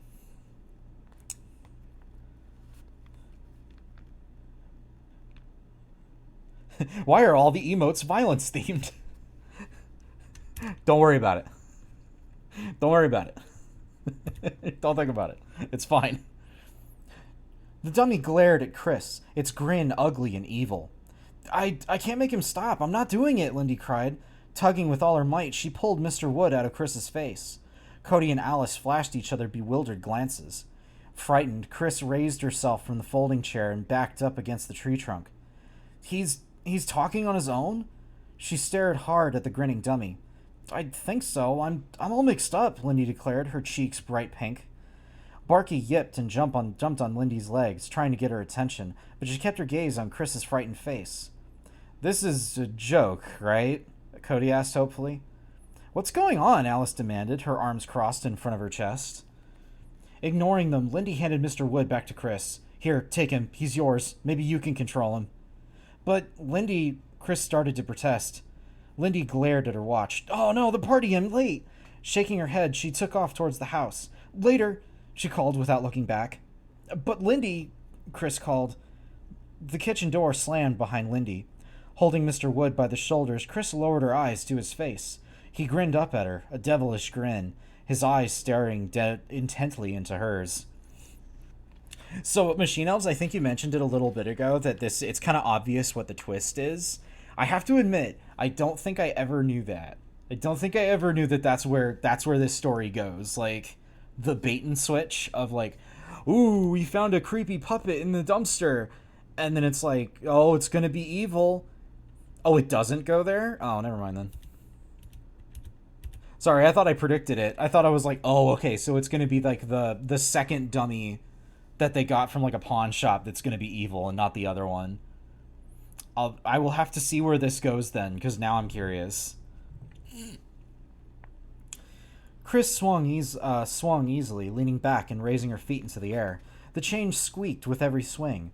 The old backyard swing set, half covered with rust, hadn't been used much in recent years. The early evening sun was lowering itself behind the house. The aroma of a roasting chicken floated out from the kitchen window. Chris could hear her mother busy in the kitchen preparing dinner. Barky yapped beneath her. Chris dropped her feet to the ground and stopped the swing to avoid kicking him. Dumb dog, don't you know you could get hurt? Stupid dog, don't you know you could get hurt? Stupid dog, you made me look bad. You know, I just remembered. What did you remember? What are you thinking about? One of my family's dogs was named Barkley. Did Barkley also have a Shut Up and Jam Gaiden game named after it?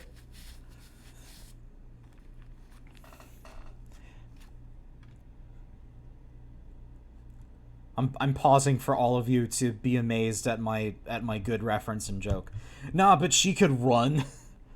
Barkley, the fastest dog in the world. Barkley, untouchable. She looked up to see Lindy come running up from the driveway, holding Slappy under her arm. From that smile on Lindy's face, Chris knew at once that the birthday party had been a triumph, but she had to ask anyway. How'd it go? Hoops Barkley Saga was where I was going, but I couldn't land it. I like how it's like I only really know, like, Charles Barkley, the basketball man, from, like, Charles Barkley, Shut Up and Jam Gaiden. If your dog can't do a chaos dunk, are they really a dog? Homie, if your dog can't do a chaos dunk, then that's no dog. We had a half-square acre of backyard, and she would escape all the time and run to stores, to churches, to parties, sometimes getting there before my dad did when driving. Holy shit. Lightning dog. Reminds me of my dogs when I was growing up. My dad would try all these different things to keep the dogs in the yard. And, like, we eventually had one of those, like, electric fence things where you put, like, the collar on them and it'll shock them if they get too close to a barrier. But then the dogs would just, like, brace themselves and then just, like, gun it past the barrier and just deal with being shocked for, like, 2 seconds. And then they would just carry on running. In retrospect, I don't think they worked. I don't think it was a good idea that worked. Lightning dog could not be contained. You have no power over Lightning dog. The birthday party had been a triumph, but she had to ask anyway. How'd it go? It was awesome, Lindy exclaimed. Slappy and I were great. Chris pulled herself off the swing and forced a smile to her face. That's nice, she offered. Those kids thought we were a riot, Lindy continued. She pulled Slappy up. Didn't they, Slappy? They liked me. They hated you, Slappy declared in Lindy's high-pitched voice. Chris forced a laugh. I'm glad it went okay, she said, trying hard to be a good sport. I did a sing-along with Slappy, and it went over really well. Then Slappy and I did our rap routine. What a hit, Lindy gushed. Every time she says they did a rap routine, I'm just like, oh no. She's spreading it on a little thick, Chris thought bitterly. Chris couldn't help feeling jealous.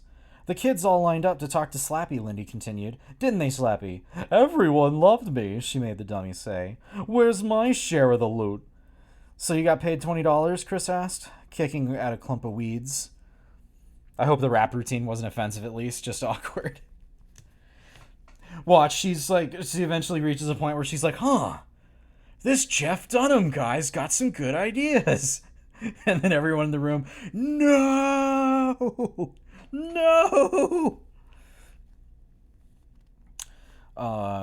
25, Lindy replied. Amy's mom said I was so good she'd pay me extra. Oh, and guess what else? You know Miss Evans, the woman who always wears the leopard skin pants? Oh boy, that's an implication. You know the spinster who lives across the street? Amy, you know Mrs. Evans, the woman who always wears the leopard skin pants? You know Anna's mom? She asked me to do Anna's party next Sunday. She's going to pay me $30. I'm going to be rich. Wow. $30, Chris muttered, shaking her head. I get 20, you get 10. Oh, no, I get 20, you get 10, Lindy made Slappy say. I have to go tell Mom the good news, Lindy said. What have you been doing all afternoon? Well, after you left, I was pretty upset, Chris replied, following Lindy to the house. You know, about Mr. Wood. I put him upstairs. Alice and Cody went home. Then Mom and I went to the mall. His tail wagging furiously, Barky ran right over to their feet, nearly tripping both of them. Barky! Barky! Look out! Barky, look out! Lindy yelled. Oh, I nearly forgot, Chris said, stopping on the back stoop. Something good happened. Lindy stopped too. Something good? Yeah, I ran into Mrs. Berman at the mall. Miss Berman was their music teacher and organizer of the spring concert. Thrills, Lindy replied sarcastically. And Miss Berman asked if Mr. Wood and I wanted to be a master of ceremonies for the spring concert. Chris smiled at her sister. Lindy swallowed hard. She asked you? She asked you to host the concert? She asked you? Yeah, I get to perform with Mr. Wood in front of everyone, Chris gushed happily. She saw a flash of jealousy on Lindy's face, which made her even happier. Lindy pulled open the screen door. Well, good luck, she said dryly. With that weird dummy of yours, you'll need it. Dinner was spent talking about Lindy's performance at Amy Marshall's birthday party. Lindy and Mrs. Powell chatted excitedly, and Chris ate in silence. At first, I thought the whole thing was strange, I have to admit, Miss Powell said, scooping ice cream into bowls for dessert. I just couldn't believe you'd be interested in ventriloquism, Lindy, but I guess you have a flair for it. I guess you have some talent. Lindy beamed. Miss Powell normally wasn't big on compliments. Normally, Mrs. Powell was a huge raging cunt.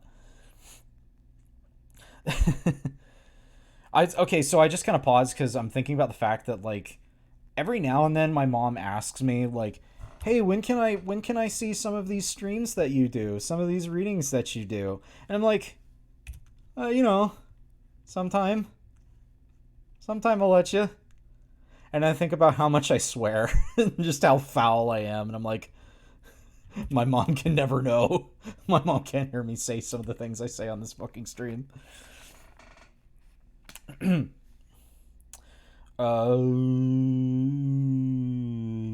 found a book at the school library about ventriloquism, Lindy said. It had some pretty good tips in it. It even had a comedy routine to perform. She glanced at Chris. But I like making up my own jokes better. You should watch your sister's act, Mrs. Powell told Chris. Mrs. Powell told Chris, handing her a bowl of ice cream. I mean, you could probably pick up a few... I keep losing my Midwestern accent I want to give their mom. I mean, you could probably pick up some pointers for the concert at school.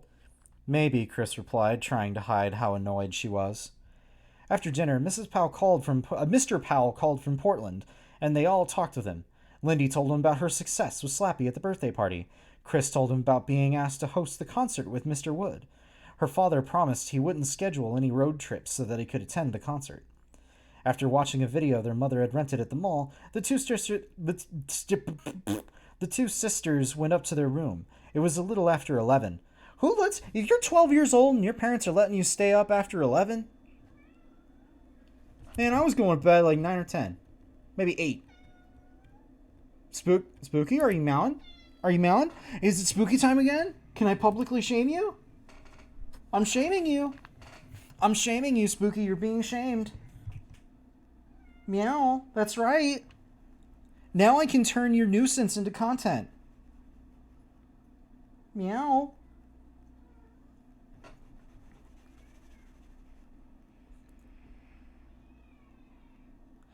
At 12, it depended whether or not it was a weekend or not for me.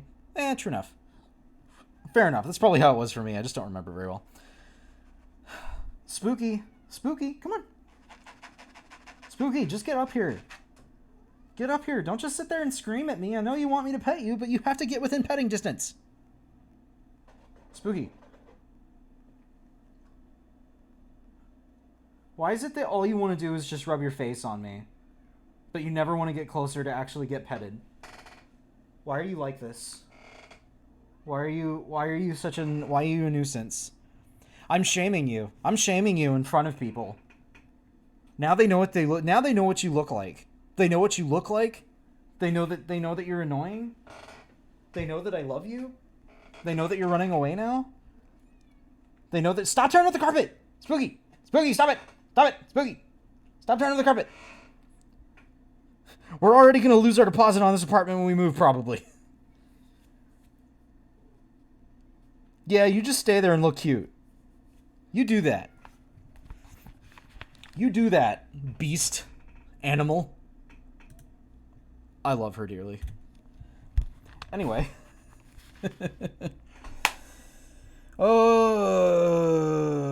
Chris clicked on the light. Lindy followed her in. They both glanced across the room to the chair where they kept the two dummies and gasped. Oh no! Oh no! Oh no, Lindy cried, raising one hand to her wide-open mouth. Earlier that night, the dummies had been placed side by side in a sitting position, but now Slappy was upside down, falling out of the chair, his head on the floor. His brown shoes had been pulled off his feet and tossed against the wall. His suit jacket had been pulled halfway down his arms, trapping his hands behind his back. Look, Chris stammered, although her sister was already staring in horror at the scene. Mr. Wood, he's... Chris's voice got caught in her throat. Mr. Wood was sprawled on top of Slappy. His hands were wrapped around Slappy's throat as if he were strangling him. Oh boy, remember when I said earlier in this story, love wins? Love is not winning. This is bad. Oh, it's going a bad way. Oh no. Oh no. Chapter 10. I don't believe this, Chris managed to whisper. They had a safe word. Don't worry about it. They knew what they were doing. I don't believe this, Chris managed to whisper. She turned and caught the frightened expression on Lindy's face. What's going on? Lindy cried. Both sisters hurried across the room. Chris grabbed Mr. Wood by the back of the neck and pulled him off the other dummy. She felt as if he were separating two fighting boys. She held Mr. Wood up in front of her, examining him carefully, staring at his face as if half expecting him to talk to her. Then she lowered the dummy and tossed it face down on her bed. Her face was pale and taut with fear. Lindy stooped and picked up Slappy's brown shoes from the floor. She held them up and studied them, as if they would offer a clue as to what happened. Chris, did you do this? Lindy asked softly. What, me? Chris reacted with surprise. I mean, I know you're jealous of Slappy and me, Lindy started. Whoa, wait. No, wait. Wait a minute, Chris replied angrily in a shrill, trembling voice. I didn't do this, Lindy. Don't accuse me. Lindy glared at her sister, studying her face. Then her expression softened and sighed. I don't get it. I just don't get it. Look at Slappy. He's nearly been torn apart. She set the shoes down on the chair and picked up the dummy gently, as if picking up a baby. As if picking up a baby.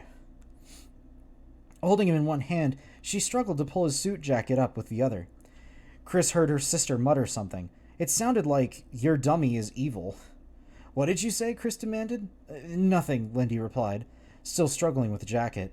I'm kind of scared about this, Lindy confessed, blushing and avoiding Chris's eyes. Me too, Chris admitted. Something weird is going on. I think we should tell Mom. Lindy buttoned the jacket. Then she sat down on the bed with Slappy on her lap and started to replace the dummy's shoes. Yeah, I guess we should, she replied. It's just so creepy. Their mother was in bed, reading a Stephen King... Of course she was in bed reading a Stephen King novel. Of course she was reading a Stephen King novel.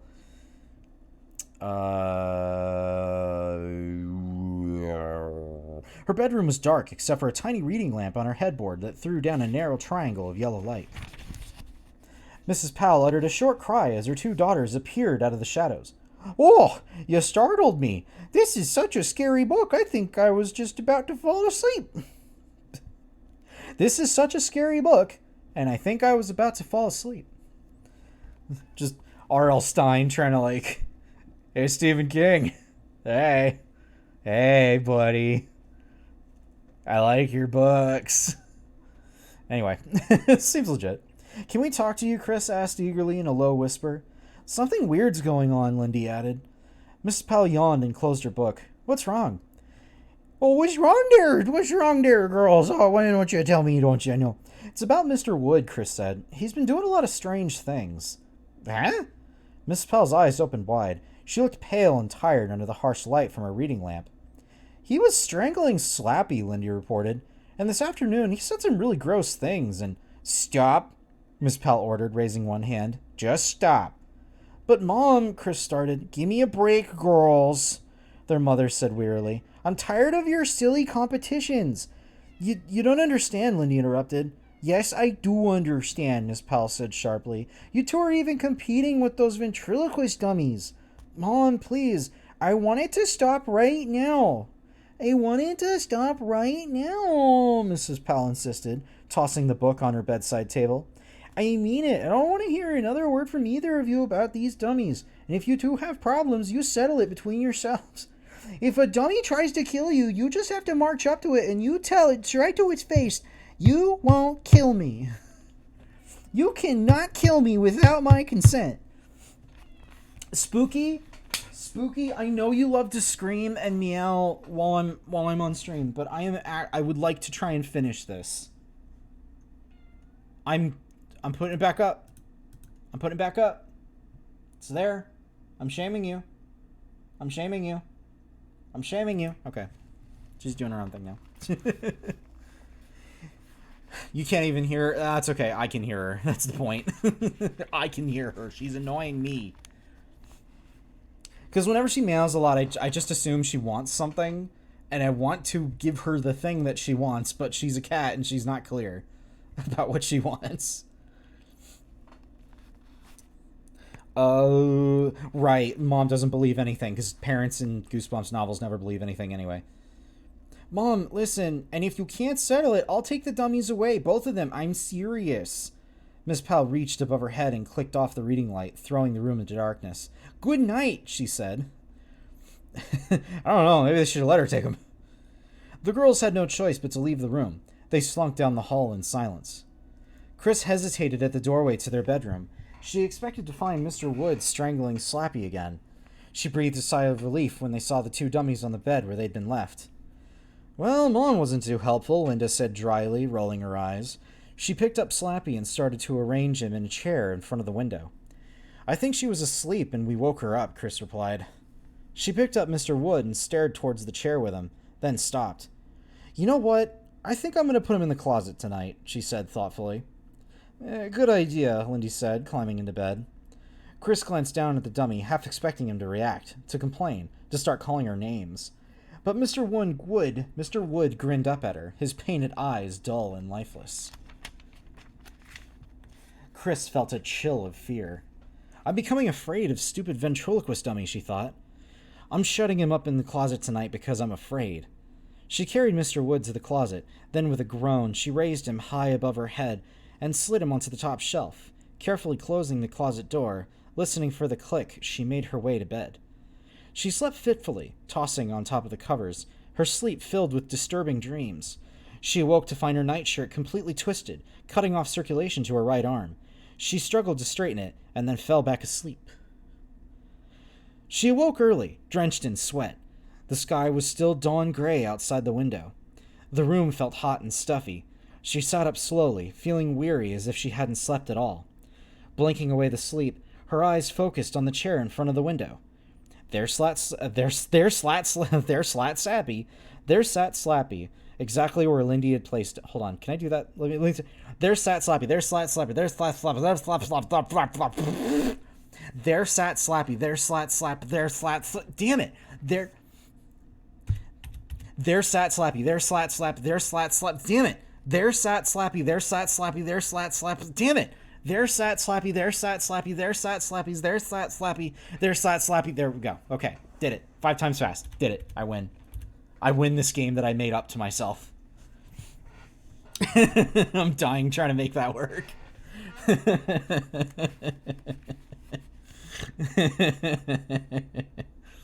Anyway. Blinking away the sleep, her eyes focused on the chair in front of the window. Oh no, here we go again. There sat Slappy, exactly where Lindy had placed him. And beside him sat Mr. Wood, his arm around Slappy's shoulder, grinning triumphantly at Chris, as if he had just pulled off a wonderful joke. Chapter 11. Now, Mr. Wood, do you go to school? Of course I do. Do you think I'm a dummy? And what's your favorite class? Wood shop, of course. What project are you building in shop class, Mr. Wood? I'm building a girl dummy. What else? Think I want to spend the rest of my life on your lap? Chris sat in front of the dressing table mirror with Mr. Wood on her lap, studying herself as she practiced her routine for the school concert. That was kind of, I don't know, that was a little bit of a colorful joke. Great dummy voice, thank you. Mr. Wood had been well behaved for 2 days. No frightening, mysterious incidents. Chris was beginning to feel better. Maybe everything would go okay from now on. She leaned close to the mirror, watching her lips as she made the dummy talk. The B's and M's were impossible to pronounce without moving her lips. She'd have to avoid those sounds as best she could. I'm getting better at switching from Mr. Wood's voice back to mine, she thought happily. But I've got to switch faster. The faster he and I talk, the funnier it is. Let's try it again, Mr. Wood, she said, pulling her chair closer to the mirror. Work, work, work, she made the dummy grumble. Before she could begin the routine, Lindy came rushing breathlessly into the room. Chris watched her sister in the mirror as she came up behind her, her long hair flying loosely over her shoulders, an excited smile on her face. Guess what? Lindy asked. Chris started to reply, but Lindy didn't give her a chance. Miss Pitcher was at Amy Marshall's birthday party, Lindy gushed excitedly. She works for Channel 3, you know, the TV station, and she thinks I'm good enough to go on Talent Search, and the show that they have every week. Huh? Really? Was all Chris could manage in reply. Lindy leaped excitedly in the air and cheered. Slappy and I are going to be on TV, she cried. Isn't that fabulous?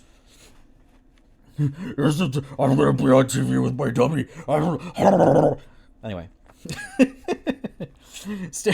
Staring at her sister's jubilant reflection in the mirror, Chris felt a stab of jealousy. I like how this just keeps getting, like, the stakes just keep getting higher. It's like, I'm going to perform at a birthday party. I'm going to perform at the concert. I'm going to be on TV. And it's going to be like, well, I'm going to perform at the Queen of England's funeral.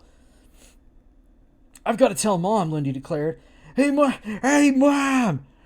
Hey, Ma! Hey, Ma! She ran from the room. Chris heard her shouting all the way down the stairs. Chris couldn't hold it in. She uttered an angry cry. I'm going to be the first ventriloquist child in space. Fame will be mine. Excuse me. Spooky, you literally only start meowing at me and my back is turned. Is that the problem? Do you not like it when my back is turned to you? Ugh. Alright, I'm looking at you. I'm now facing you. I'm aware of your presence. Anyway. Chris couldn't hold it in. She uttered an angry cry. Why does everything good happen to Lindy? Chris screamed aloud. I'm hosting a stupid concert for maybe 100 parents. She's going to be on TV. I'm just as good as she is, maybe better. In a rage, she raised Mr. Wood high over her head and slammed into the floor. The dummy's head made a loud clonk as it hit the hardwood floor. The wide mouth flew open as if it began to scream. As if about to scream. Oh, Chris struggled to regain her composure. Mr. Wood crumpled at her feet, stared up at her accusingly. Chris lifted him up and cradled the dummy against her. There, Mr. Wood, she whispered soothingly. Did I hurt you? Did I hurt you? Did I? I'm so sorry, I didn't mean to. Oh, I love you so much. The dummy continued to stare up at her. His painted grin hadn't changed, but his eyes seemed cold and unforgiving. It was a still night, no breeze. The curtains in front of the bedroom window didn't flutter or move. Pale silver moonlight filtered in, creating long purple shadows that appeared to creep across the girl's bedroom. Lindy had been sleeping fitfully, a light sleep filled with busy, colorful dreams. She was startled and awake by a sound, a gentle thud. Huh? She raised her head from the damp pillow and turned. Someone was moving in the darkness. The sounds she'd heard were footsteps. Hey, she whispered, wide awake now. Who is it? The figure turned in the doorway, a shadow against even blacker shadows. It's only me, came a whispered reply. Chris? Yeah, something woke me up. My throat is sore. Chris whispered from the doorway. I'm going down to the kitchen for a glass of water. She disappeared into the shadows. Her head still raised off the pillow, Lindy listened to her footsteps padding down the stairs. When the sounds faded, Lindy shut her eyes and lowered her head to the pillow. A few seconds later, she heard Chris's scream of horror. Spooky wants full attention all the time. I'm literally starting to think that's the case. Like, she does not like it when my back is turned to her. She does not like it. Because now I'm facing the other way, and she's, like, finally chilled out. She's like, no, wait. She's like, I hate you, but also, why aren't you paying attention to me? Chapter 12. Cat detected.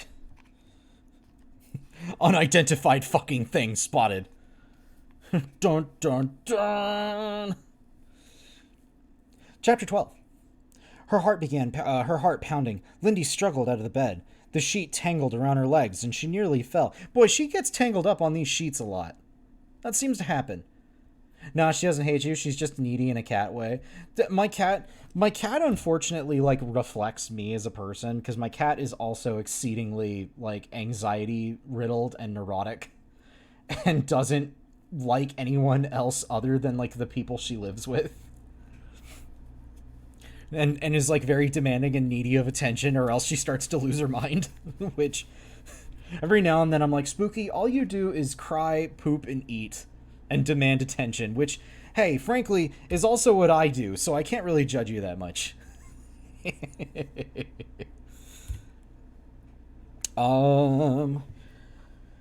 Chris's blood-curdling scream echoes in her head.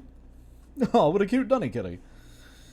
Chris's blood-curdling scream echoed in her ears. She practically leaped leapt down the dark stairway, her bare feet thudding hard on the thin carpet of the steps.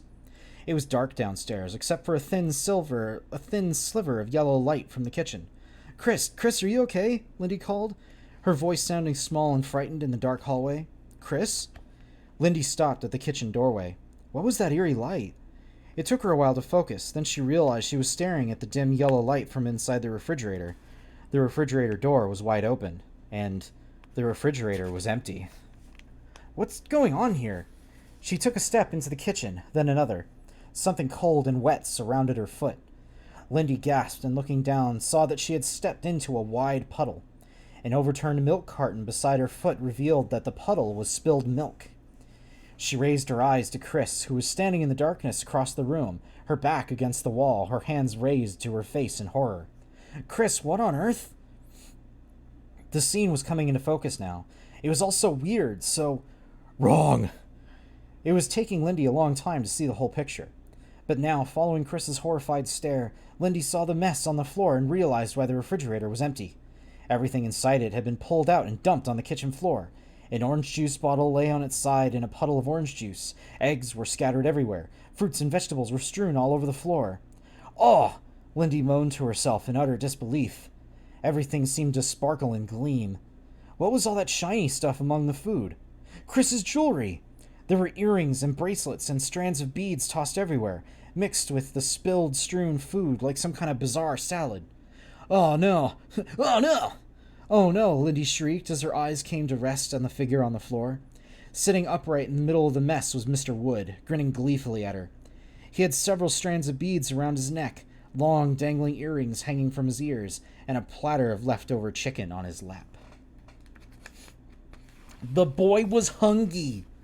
The boy was hungry. He wanted to eat. Let him eat. Chapter 13. Chris, are you okay? Lindy cried, turning her eyes away from the grinning, jewelry-covered dummy. Chris didn't seem to hear her. Are you okay? Lindy repeated the question. What's going on? Chris stammered. Her back pressed against the wall, her expression taut with horror. Who did this? Did Mr. Wood? Lindy started to reply, but their mother's howl of surprise from the doorway cut off her words. Mom! Lindy cried, spinning around. Mrs. Powell clicked on the ceiling light. The kitchen seemed to flare up. All three of them blinked, struggling to adjust to the sudden brightness. What on earth? Miss Powell cried. She started to call her husband, then remembered he wasn't home. I do not believe this! Barky came bounding into the room, his tail wagging. He lowered his head and started to lick up some of the spilled milk. Out you go, Miss Powell said sternly. She picked up the dog, carried him out, and closed the kitchen door.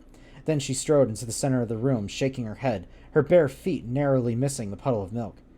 I came down for a drink, and I found this mess, Chris said in a trembling voice. The food, my jewelry, everything. Mr. Wood did it, Lindy accused. Look at him. Ah, geez, this'll go well. Stop it! Stop it! Stop it! Ah! Mrs. Powell screamed and began to charge her power. I've had enough! Miss Powell surveyed the mess, frowning and tugging at a strand of blonde hair. Her eyes stopped on Mr. Wood as she uttered a groan of disgust. I knew it, she said in a low voice, raising her eyes accusingly at the two girls. I knew this had something to do with those dummies. Mr. Wood did it, Mom, Miss Chris said heatedly, stepping away from the wall. Her hands tensed into fists. I know it sounds dumb, but stop it, Miss Powell ordered, narrowing her eyes. This is just sick. Sick! We do not waste food in this house. Food goes in your mouth, not the floor. She stared hard at the jewel-bedecked dummy who grinned up at her over the big platter of chicken. I'm going to take the dummies away from you both, Miss Powell said, turning back to Lindy and Chris. This whole thing has just gotten out of control. No, Chris cried. That's not fair, Lindy declared. I'm sorry, they have to be put away, Miss Powell said firmly.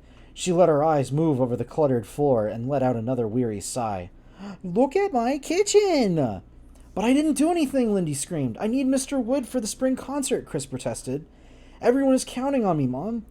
Miss Powell glanced from one to the other. Her eyes stayed on Chris. That's your dummy on the floor, right? Yeah, Chris told her, but I didn't do this, I swear. You both swear you didn't do it, right?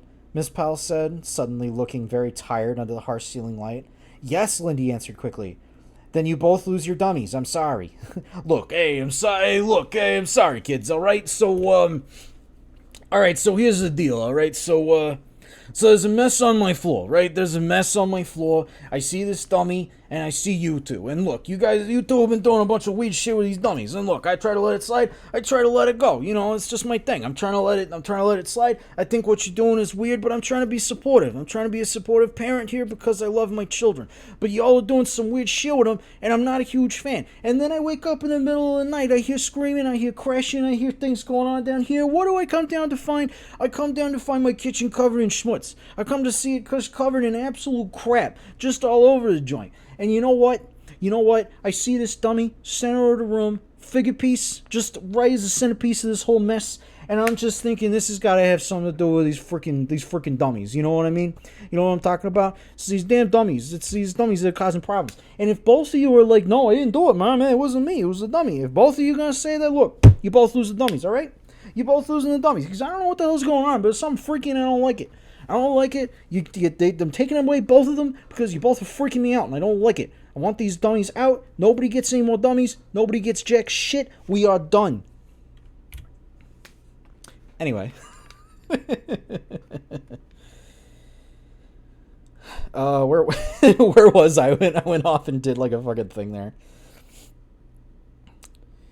I'm sorry, Miss Powell said. One of you is lying. I really can't believe this. A heavy silence blanketed the room as all three pals stared down in dismay at the mess on the floor. Chris was the first to speak. Mom, what if Lindy and I clean everything up? Lindy caught on quickly. Her face brightened. Yeah, what if we put everything back, right now? Make the kitchen just like normal. Make it spotless. Can we keep our dummies? Miss Powell shook her head. No, I don't think so. Look at this mess. All the vegetables are spoiled, and the milk. We'll replace it all, Chris said quickly. With our allowance. We'll replace it all. We'll go down to the basement to the milk creature and milk the creature for more milk.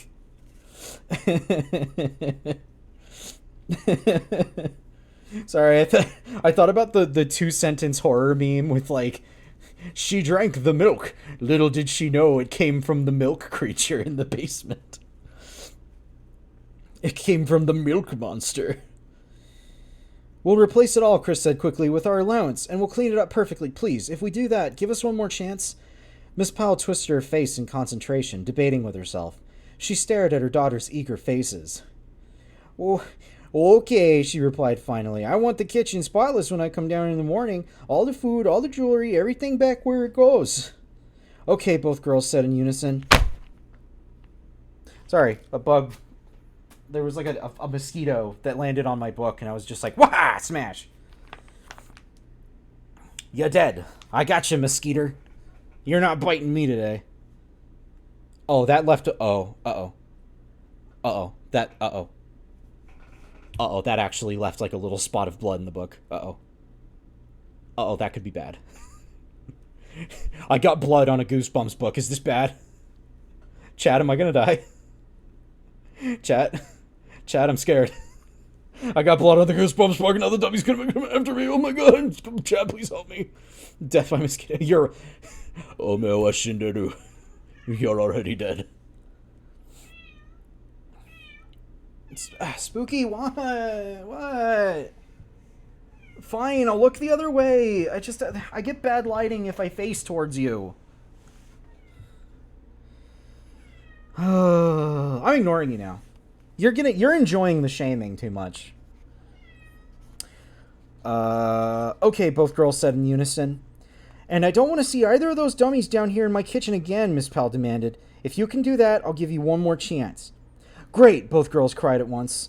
And I don't want to hear any more arguments about these dummies, Miss Powell continued. No more fights, no more competing, no more blaming everything on the dummies. I don't want to hear anything about them ever. You won't, Chris promised, glancing at her sister. Thanks, Mom, Lindy said. You go to bed, we'll clean up. She gave her mother a gentle shove towards the doorway. Not another word, Miss Powell reminded them. Yeah, right, Mom. Right, Mom. Yeah. Is that a Fist of the North Star reference? You're already... Me looking at a book. Omewa Shinderu, you're already read. Their mother disappeared toward her room. They began to clean up. Chris pulled a large garbage bag from the drawer and held it open while Lindy tossed the empty cartons and spoiled food. Chris carefully collected her jewelry and carried it upstairs. Neither girl spoke. They worked in silence, picking up, scrubbing, and mopping until the kitchen was clean. Lindy closed the refrigerator door. She yawned loudly. Chris inspected the floor on her hands and knees, making sure it was spotless. Then she picked up Mr. Wood. He grinned back at her as if it was all a big joke. This dummy has been nothing but trouble, Chris thought. Nothing but trouble. She followed Lindy out of the kitchen, clicking off the light as she left.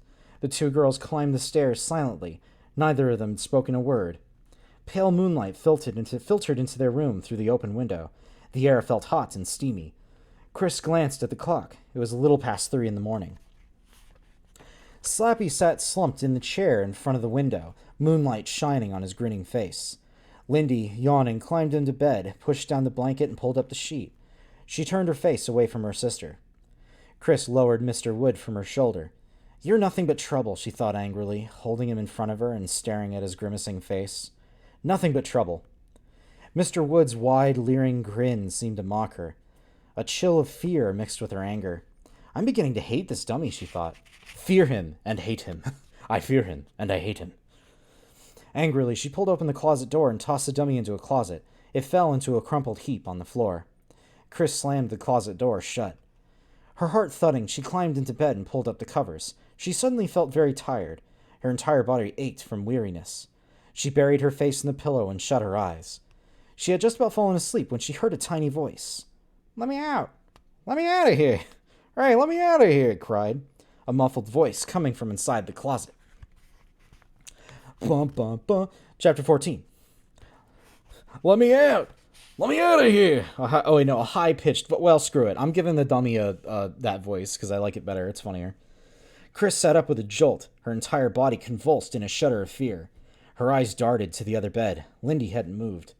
Did you hear it? Chris stammered. Hear what? Lindy asked sleepily. The voice, Chris whispered. In the closet. Huh?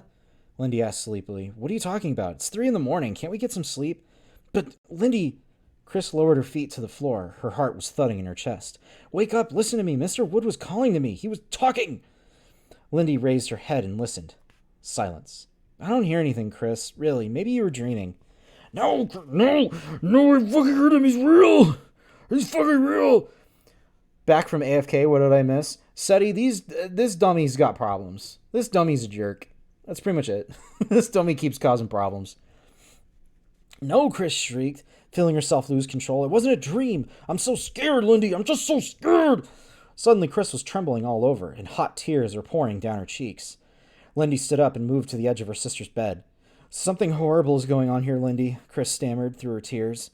And I know who's doing it, Lindy whispered, leaning over her twin, putting a comforting hand on her quivering shoulder. Huh? Yes, I know who's been doing it all, Lindy whispered. I know who it is. Who? Chris asked breathlessly. Who can okay. Who can think of the funniest answer to go with that? Go. Hard mode. Don't say cops. It's the dog. You. It was Barkley. Barkley's the one who's been setting all this up.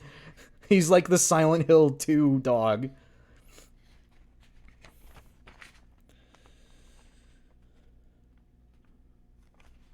Who, Chris... Oh, chapter 15, by the way.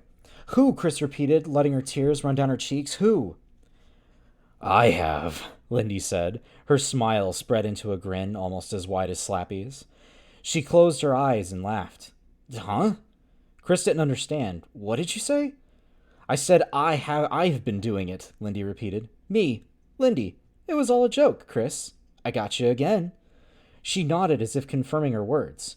Chris gaped at her twin in disbelief. It was all a joke? Lindy kept nodding. You moved Mr. Wood during the night? You dressed him in my clothes and made him say those gross things to me? You put him in the kitchen? You made that horrible mess? Lindy chuckled. Yeah, I really scared you. Didn't I? Chris balled her hands into angry fists. But, she sputtered, why? For fun, Lindy replied, dropping back onto her bed, still grinning. Fun? I wanted to see if I could scare you, Lindy explained. It was just a joke, you know. I can't believe you fell for that voice in the closet just now. I must be a really good ventriloquist.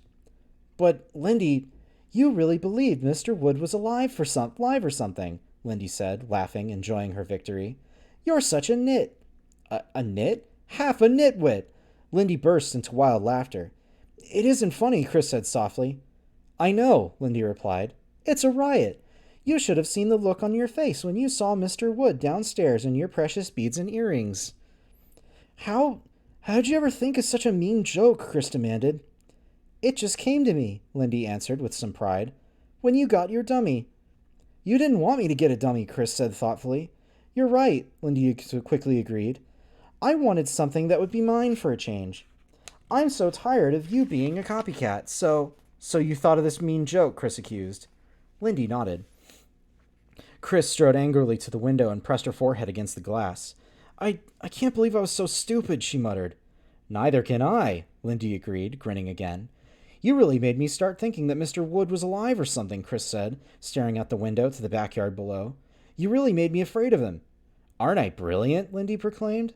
Chris turned her face to her sister. I'm never speaking to you again, she said angrily. Lindy shrugged. It was just a joke.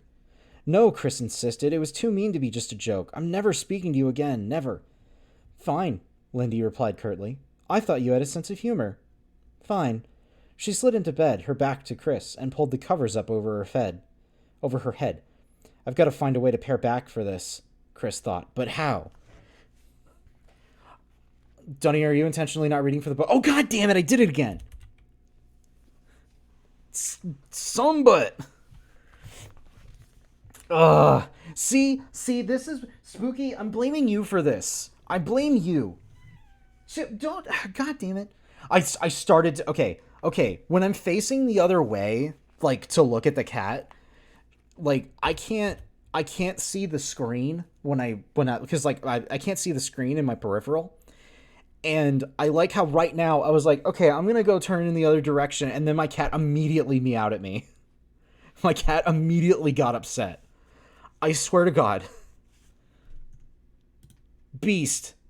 Absolute beast. Nuisance beast. Anyway.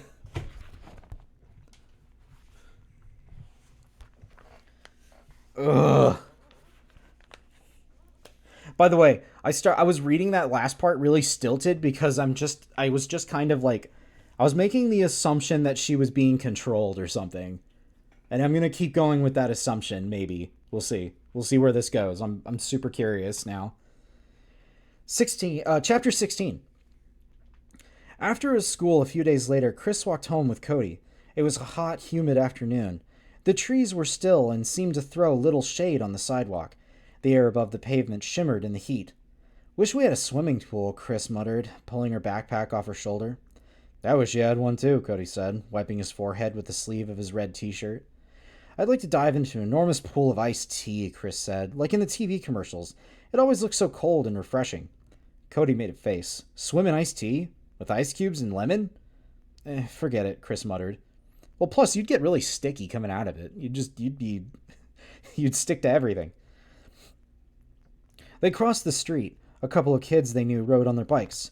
2 men in white uniforms were up on ladders, leaning against the corner house, painting the gutters. Bet they're hot, Cody remarked. Let's change the subject, Chris suggested.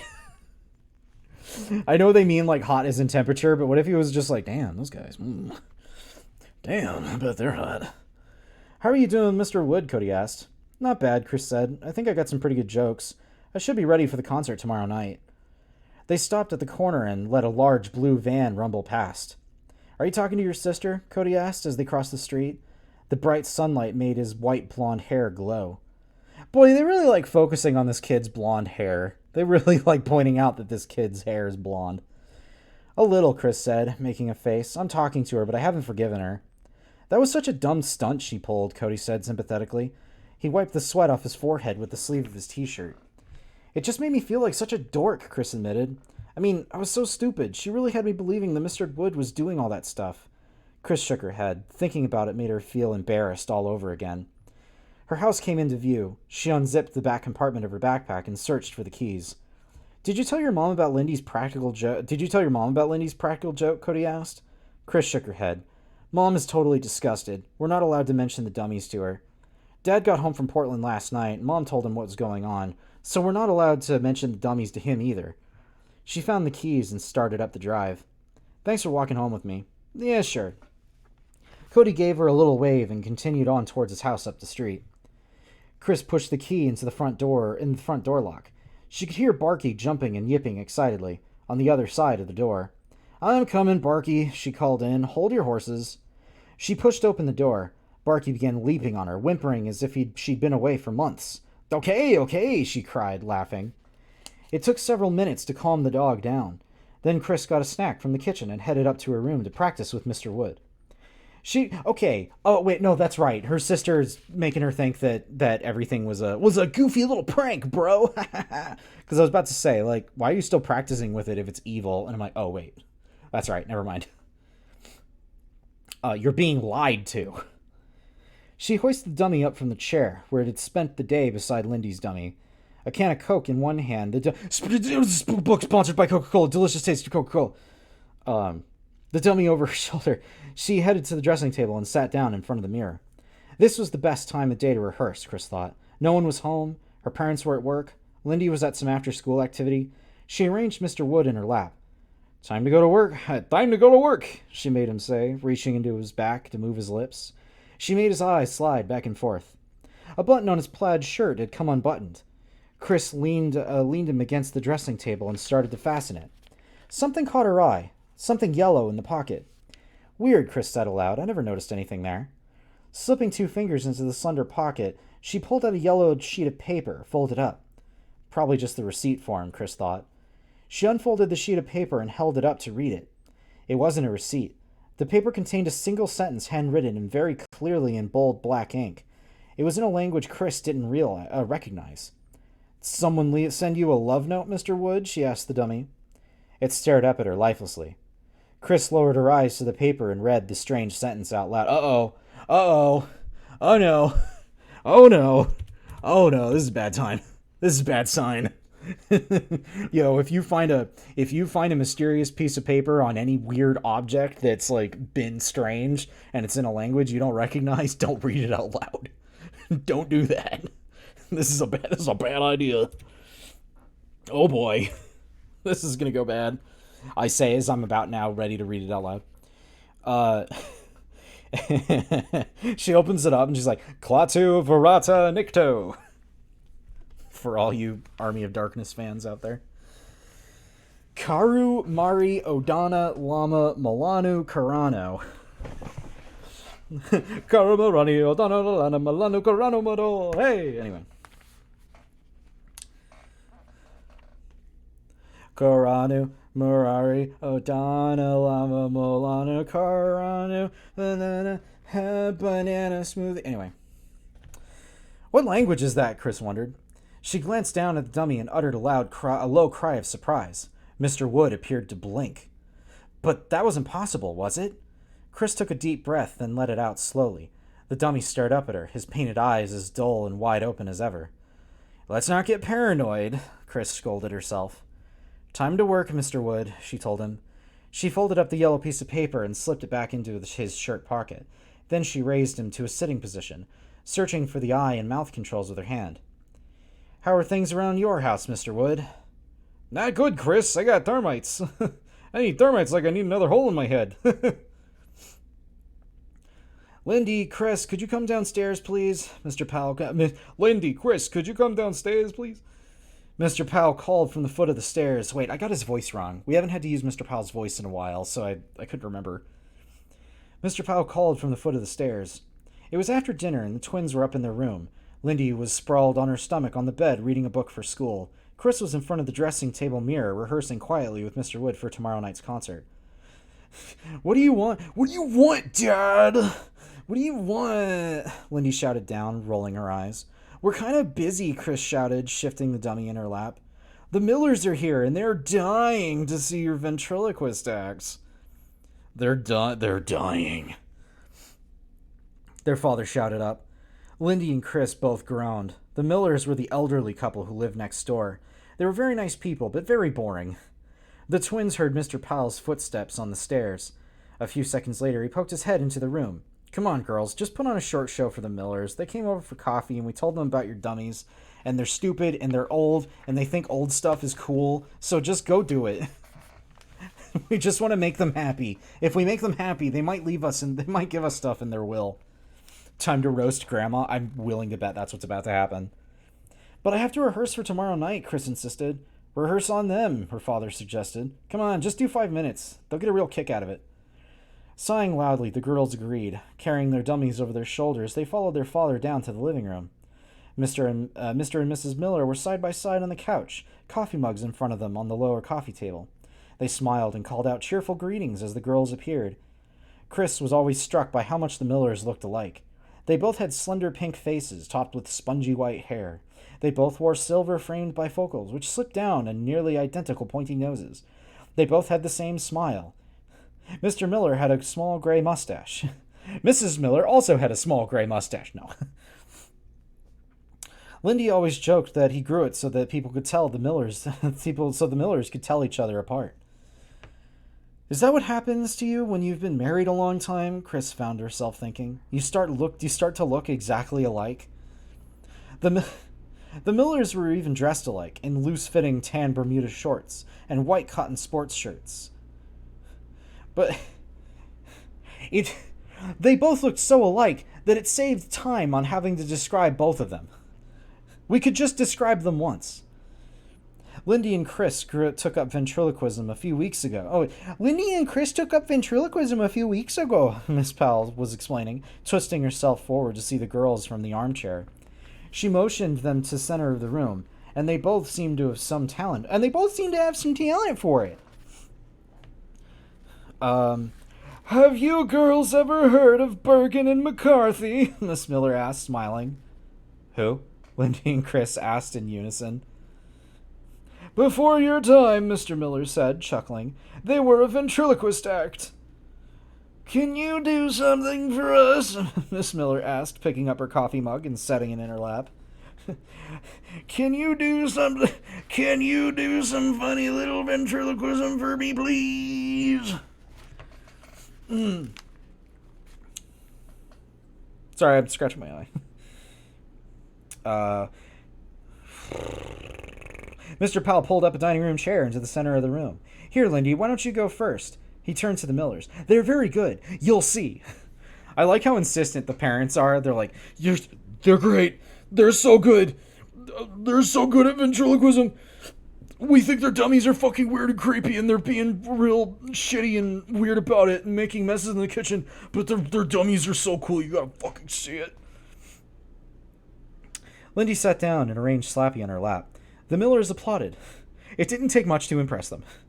Miss Miller nearly spilled her coffee, but she caught the mug just in time. Don't applaud, just throw money," Lindy made Slappy say. Everyone laughed as if they'd never heard that before. Chris watched from the stairway as Lindy did a short routine. Lindy was really good, she had to admit. Very smooth. The Millers were laughing so hard their faces were bright red, an identical shade of red. Miss Miller kept squeezing her husband's knee when she laughed. If they laughed any harder, they were probably going to die. Dunny, those are supportive parents. Yeah, I guess you're right. This is true. They have been, from the parents' perspective, they really have been, like, both supportive, but also, like, completely reasonable in assuming that the dummies are causing everything.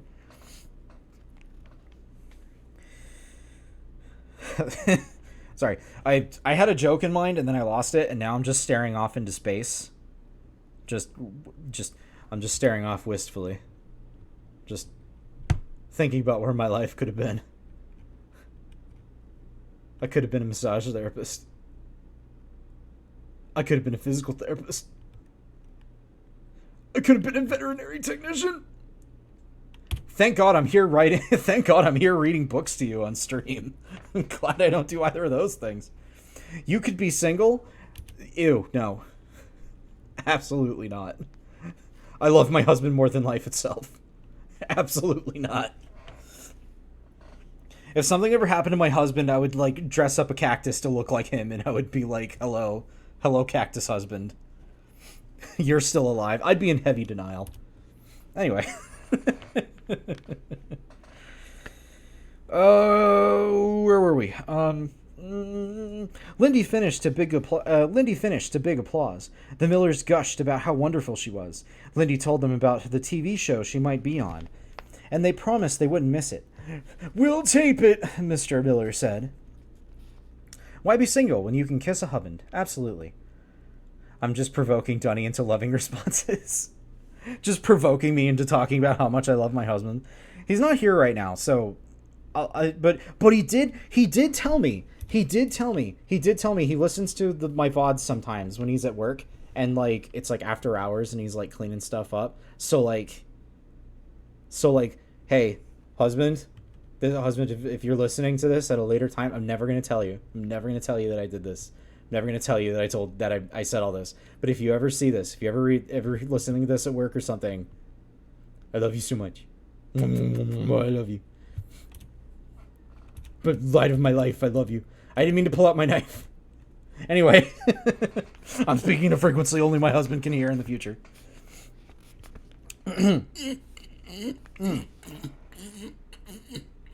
Sorry, I've been resisting scratching my throat for like an hour. I'm sorry you all heard that, if you indeed heard that.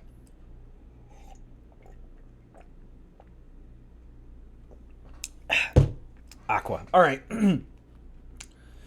All right, here we go. So we all know where this is going to go, right? She's going to go up with Mr. Wood, and he's going to be an asshole, and they're going to be like, oh, you made the Millers cry. Chris took her place on the chair and sat Mr. Wood in her lap. This is Mr. Wood, she told the Millers. We're going to be the hosts of the coming concert at school tomorrow night. So I'll give you a preview of what we're going to say. That's a nice-looking dummy, Miss Miller said quietly. You're a nice-looking dummy, too, Mr. Wood declared in a harsh, raspy growl of a voice. Chris's mother gasped. The Miller's smiles faded. Mr. Wood leaned forward on Chris's lap and stared at Mr. Miller. Is that a mustache or you eating a rat? He asked nastily. Mr. Miller glanced uncomfortably at his wife, then forced a laugh. They both laughed. Don't laugh so hard, you might drop your false teeth, Mr. Wood shouted. And how do you get your teeth that disgusting shade of yellow? Does your bad breath do that? Chris! Miss Powell shouted. That's enough. The Millers' faces were bright red now, their expressions bewildered. That's not funny. Apologize to the Millers, Mr. Powell insisted, crossing the room and standing over Chris. I didn't say any of it, Chris stammered. Really, Chris, apologize, her father demanded angrily. Mr. Wood turned to the Millers. I'm sorry, he rasped. I'm sorry you're so ugly. I'm sorry you're so old and stupid, too. I didn't think they'd roast so hard. Damn. Get roasted. You know what? I haven't had a chance to use this yet today. That's rough, buddy. Damn, that's rough, buddy. You just got roasted. The Millers stared at each other unhappily. I don't get her humor, Miss Miller said. It's just crude insults, Miss Miller replied quietly. Chris, what is wrong with you? Miss Powell demanded. She had crossed the room to stand beside her husband. Apologize to the Millers right now. I don't believe you. I... Gripping Mr. Wood tightly around the waist, Chris rose to her feet. She tried to utter out an apology, but no words came out. Sorry, she managed to finally scream. Then with an embarrassed cry, she turned and fled up the stairs, tears streaming down her face. I feel like at this point, you have to, like, even as the parents, you have to be, like, asking your kid, like, why are you doing that? And then when they're like, I don't know, I'm sorry, and, like, they start crying, like, I don't know, maybe just believe them a little bit. Maybe believe them a little bit. Just saying, like, a little bit. I believe them a little bit. My child has schizophrenia. Oh, no. Chapter 17. You have to believe me, Chris cried in a trembling voice. I really didn't say any of those things. Mr. Wood was talking by himself. Lindy rolled her eyes. Tell me another one, she muttered sarcastically. Lindy had followed Chris upstairs. Down in the living room, her parents were still apologizing to the Millers. Now Chris sat on the edge of her bed, wiping tears off her cheeks. Lindy stood with her arms crossed in front of the dressing table. I don't make insulting jokes like that, Chris said, glancing at Mr. Wood, who lay crumpled in the center of the floor, where Chris had tossed him. You know that isn't my sense of humor. So why did you do it? Lindy demanded. Why'd you want to make everyone mad? But I didn't, Chris shrieked, tugging at the sides of her hair. Mr. Wood said those things. I didn't. How can you be such a copycat? Lindy asked disgustedly. I already did that joke, Chris. Can't you think of something original? It's not a joke, Chris insisted. Why don't you believe me? No way, Lindy replied, shaking her head, her arms still crossed across her chest. No way I'm going to fall for that same gag. Lindy, please, Chris pleaded. I'm frightened. I'm really frightened. Yeah, sure, Lindy said sarcastically. I'm shaking all over, too. Wow, you really fooled me, Chris. Guess you showed me you can play funny tricks, too. Shut up, Chris snapped. More tears formed in the corners of her eyes. Very good crying, Lindy said, but it doesn't fool me either, and it won't fool Mom and Dad. She turned and picked up Slappy. Maybe Slappy and I should practice some jokes. After your performance tonight, Mom and Dad might not let you do the concert tomorrow night. She slung Slappy over her shoulder, and stepping over the crumpled form of Mr. Wood, hurried from the room. It was hot and noisy backstage in the auditorium. Chris's throat was dry, and she kept walking over to the water fountain and slurping mouthfuls of warm water. The voices of the audience on either side of the curtain seemed to echo off all four walls and the ceiling. The louder the noise became as the auditorium filled, the more nervous Chris felt. How am I ever going to do my act in front of all those people? She asked herself, pulling the edge of the curtain back a few inches and peering out. Her parents were off to the side in the third row. My child has schizophrenia. Both my kids have schizophrenia. Both my kids have schizophrenia. Oh no. Oh no. Seeing them brought back memories of the night before, flooding back to Chris.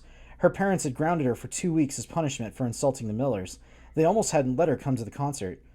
Chris stared at the kids and adults filing into the large auditorium, recognizing a lot of faces. She realized her hands were ice cold. Her throat was dry again. Don't think of it as an audience, she told herself. Think of it as a bunch of kids and parents, most of whom you know. Somehow that made it worse. She let go of the curtain, hurried to get one last drink from the fountain, and retrieved Mr. Wood from the table where she had left him on. The room suddenly grew quiet on the other side of the curtain. The concert was about to begin.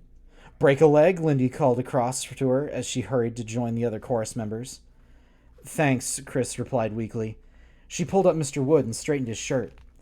Your hands are clammy, she made him say. No insults tonight, Chris told him sternly.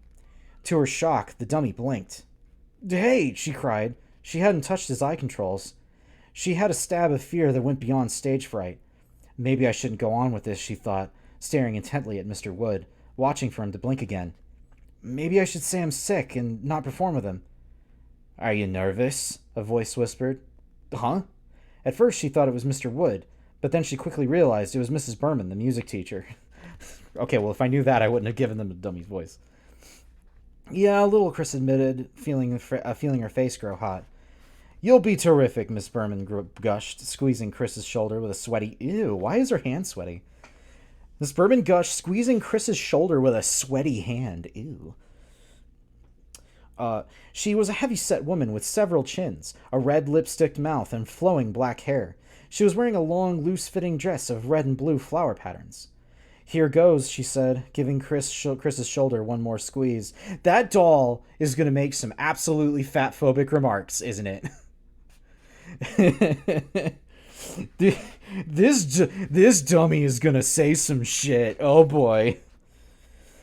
Then she stepped on stage, blinking against the harsh white lights of the spotlight to introduce Chris and Mr. Wood. Am I really doing this? Chris asked herself. Can I do this? Her heart was pounding so hard she couldn't hear Miss Berman's introduction. Then suddenly Mr. Wood says titty. They go on stage and he just says titty. Pee-pee. Wiener. Jeff Dunham time. Oh god, no. Then suddenly the audience was applauding, and Chris found herself walking across the stage to the microphone, carrying Mr. Wood in both hands. Miss Berman, her flowery dress flowing around her, was heading off stage. She smiled at Chris and gave her an encouraging wink as they passed each other. Tough titty. Squinting against the bright spotlight, Chris walked to the middle of the stage. Her mouth felt dry as cotton. She wondered if she could make a sound. A folding chair had been set up for her. She sat down, arranging Mr. Wood in her lap, then realized that the microphone was much too high. This drew titters of soft laughter from the audience. This drew titters! Titters of soft laughter from the audience. This is the true horror. The true horror here is public speaking. Oh boy. Oh man, hey, you know what? I got a quick little story for you. So, back in high school, when I did like musical theater stuff, you're literally public speaking. You're right, I am public speaking right now. But anyway, back in high school, when we did like theater, like drama theater performances, there was one time, okay, so like for like the whole year, right? I did a lot of like funny, goofy songs, right? And I did a lot of solo performing. I didn't really have a problem being on stage. It wasn't a big deal for me. I was totally comfortable with it. But for like the last like performance that like I was ever gonna do, I was gonna do like a song from Beauty and the Beast. I was gonna do this really like slow, serious kind of like much more like a Broadway kind of song instead of something silly and goofy. And I nailed it like every time in rehearsal. Like I did great. And then once it came to like the show time, like the actual night of the show, I went out and I completely biffed that entire song and I couldn't even like get it started. And I remember just looking at the audience and I basically just did like a little shrug and I was like, well, sorry everybody. I screwed it up. Oops. My bad. Like I just kind of owned it and then I just left the stage and I was viscerally upset about it.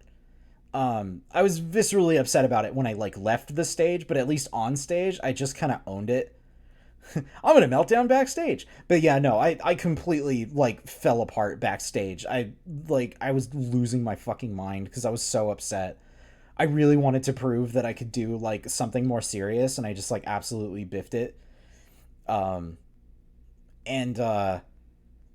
the nice thing was that like after the show, I had a lot of people who came up to me and they were like, hey, you maybe that didn't go the way you'd intended, but the fact that you just owned it, like the fact that you just talked to the audience like they were a person and were like, sorry everybody, oops.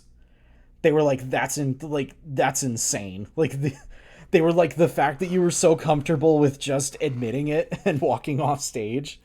They were like, I would have been pissing myself in your position. I would have shat and farted and piss if I was on stage biffing it in front of like 300 people. And I'm just like, whatever. I'm not perfect. But yes, I did do musical theater stuff. I haven't done any singing or performing in a long time. I used to sing real good. Nowadays I'm kind of meh. But yeah, being casual on stage is massively impressive when you fuck up. And you know what? Dunny did shat and fart and piss up there.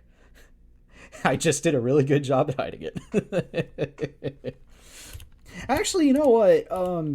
Okay, I also never told this story just because I may as well.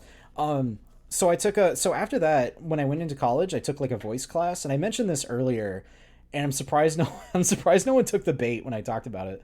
But I've been arrested before, and it was like in college in that voice class that I did, and it was because I had a paperclip in hand and I was standing by the piano, and I was waiting for the instructor to talk to me about something, and I had a bad habit of just like scratching into like walls and like chairs and stuff up to that point in my life.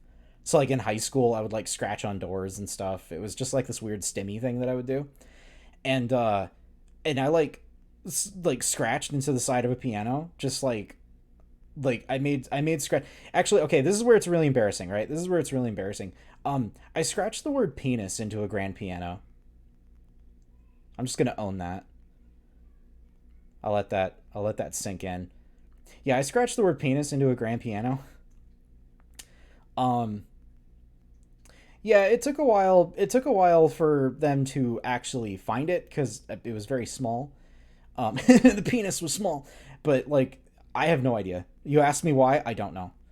Actually, no, I do kind of know. Um, in my adult life, as I try to get a handle on my brain spaghetti, on my mental whatnots, I'm suddenly aware of um I'm suddenly aware of how many times throughout like childhood and teenage years where I just completely disassociated from myself and wasn't paying attention to what I was doing.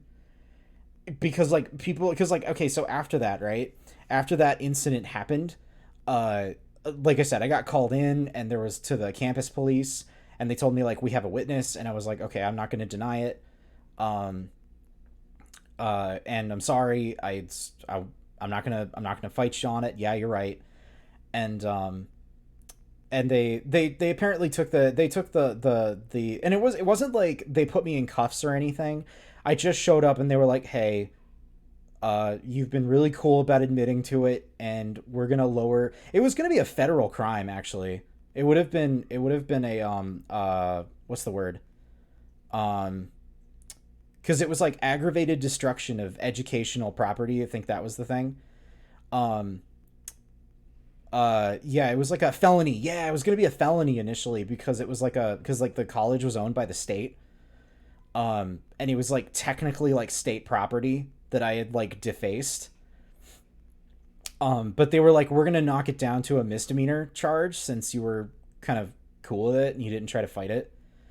Uh, and the thing is, like, the ultimate punishment for this was that I had to pay. What was it? I had to pay a $200 fine, and I had to do community service. I had to do 10 hours of community service, and then I also had to do this civil liberties class thing. And that the civil liberties class was really funny because I was in this room for with these people who'd like stolen cars or like stolen like their friends' bank cards, stuff like that. And then we get to like the instructor of it gets to like the guy running it. He gets to me and I'm like, I don't think you've ever heard the thing that I've done. And they're like, what did you? I've heard it all. What did you do? I'm like, I scratched the word penis into a grand piano, and he was like, okay, well you're right. I've never heard of that before. That's new. So anyway, but yeah, so that's the story of how Dunny got arrested. That's the reason. That's the story of how Dunny got arrested in college. Um, the funny thing is that the cost of repairing the piano was like $40. Like, and I don't know. I had just turned 18 around that time, and I was so used to just wrecking stuff at my janky public school. So I guess I just didn't really think about it. And whenever I tell that story, I get mixed reactions because there are people who are like theater kids that like want to shoot me. They're like, "You're a fucking monster," and I'm like, "I'm sorry." Yeah, it's a like, it was a lot. They put me, yeah, they really, and I was also banned from like the theater section. That's fucking hilarious. Yeah, no, I was banned from like the performing arts area. Um, and yeah, exactly. Like I should have to pay for the repair naturally, but like they wanted me arrested, and they wanted me arrested for a fucking felony, and like they did not want me in like the performing arts area of the building like ever again. And the funny thing is like within that same year, I was in like an art class, and there was like an art exhibit down by the performing arts, and I didn't want to tell anyone why I couldn't go there. So I went, but I wore like a scarf, and I went into like disguise. Like I went and I put my like collar up, and I wore a hat, and I was trying to make my face as obscured as possible. Secret Dunny, yes. But yeah, I went in like incognito to try not to get caught there, because they were mad. Like, they, when I say they wanted me, I had to write an apology letter to like every single one of the staff. I had to write one to the dean. I had to sit in like a meeting with like the assistant dean or whatever of that particular campus. They were not happy. And like, I'm not as like vindictive about it these days, because I'm like, yeah, okay, um school to prison pipeline. But I'm just kind of like, you know what, all right, it's important to them, and it's necessary. Like, it was really important to them, and I defaced something very precious, and I feel bad about it. And but at the same time, I also kind of look back and I go like, I now understand why that happened. And it was because I had this tendency to go into like disassociative states where I just was not paying attention to anything I was doing. I feel twice as not bad as you feel bad. I feel even more not bad. But anyway, so that's stories from Dunny history. There's your Dunny lore for today. But yeah, you went into ADH fugue state and scratched the word dick into a thing. Go to federal prison forever. Exactly. They wanted me taken down. I was a fucking villain to them. But speaking of villains, we still have a little bit left to go. Let's see if we can't finish this within the half hour, because we're over 3 hours now. But as usual, when we do a Goosebumps, we got to keep going until we stop. Let's see this through. Embarrassed. Okay, so she just got up on stage. Embarrassed, Chris stood up and, holding Mr. Wood under one arm, struggled to lower the microphone. "Are you having trouble?" Miss Berman called from one side of the stage. She hurried over to help Chris. But before the music teacher got halfway across the stage, Mr. Wood leaned into the microphone. Oh no. Oh no, I just saw the next line. Oh no. "What time does the blimp go up?" he rasped nastily, staring at Miss Berman's dress. "What?" She stopped in surprise. "Your face reminds me of a wart I had removed." Mr. Wood growled at the startled woman. Her mouth dropped open in horror. "Chris! If we count your chins, will it tell us your age?" There was laughter floating up from the audience, but it was mixed with gasps of horror. "Chris, that's enough," Miss Berman cried, the microphone picking up her angry protest. "You're more than enough. You're enough for two," Mr. Wood declared nastily. "If you got any bigger, you'd have your own zip code." "Chris, really, I'm going to ask you to apologize," Miss Berman said, her face bright red. "Miss Berman, I'm not doing it," Chris stammered. "I'm not saying these things." "Please apologize to me and the audience," Miss Berman demanded. Mr. Wood leaned into the microphone. "Apologize for this!" he screamed. The dummy's head tilted back, his jaw dropped, his mouth opened wide, and a thick green liquid came spewing out. "Yuck!" someone screamed. Quick, etch the word vulva on a trumpet. Hold on, chat. Hold on, chat. I gotta go do something. I'll be right back. I gotta go to college. Okay, good. I placed him just right. Where did Mr. Wood get that? Where did Mr. Wood get the slime? A thick green liquid came spewing out. "Yuck!" someone screamed. It looked like pea soup. It spurted up out of Mr. Wood's open mouth like a water rushing from a fire hose. Voices screamed and cried out their surprise as the thick green liquid showered over the people in the front rows. Mr. Wood is sponsored by Nickelodeon. He's spewing Nickelodeon slime. "Stop it! Help! Somebody turn it off! It stinks!" Chris froze in horror, staring as more and more the disgusting substance poured from her dummy's gaping mouth. A putrid stench, the smell of sour milk and rotten eggs, of burning rubber and decayed meat rose up from the liquid. It puddled over the stage and showered over the front seats. Blinded by the spotlight, Chris couldn't see the audience in front of her, but she could hear the choking and gagging, the frantic cries for help. Clear the auditorium! Clear the auditorium!" Miss Berman was shouting. Chris heard the rumble and scrape of people shoving their way up the aisles and out the doors. It stinks! I'm sick! Somebody help! That's a lot of goop from one dummy. That's a good point.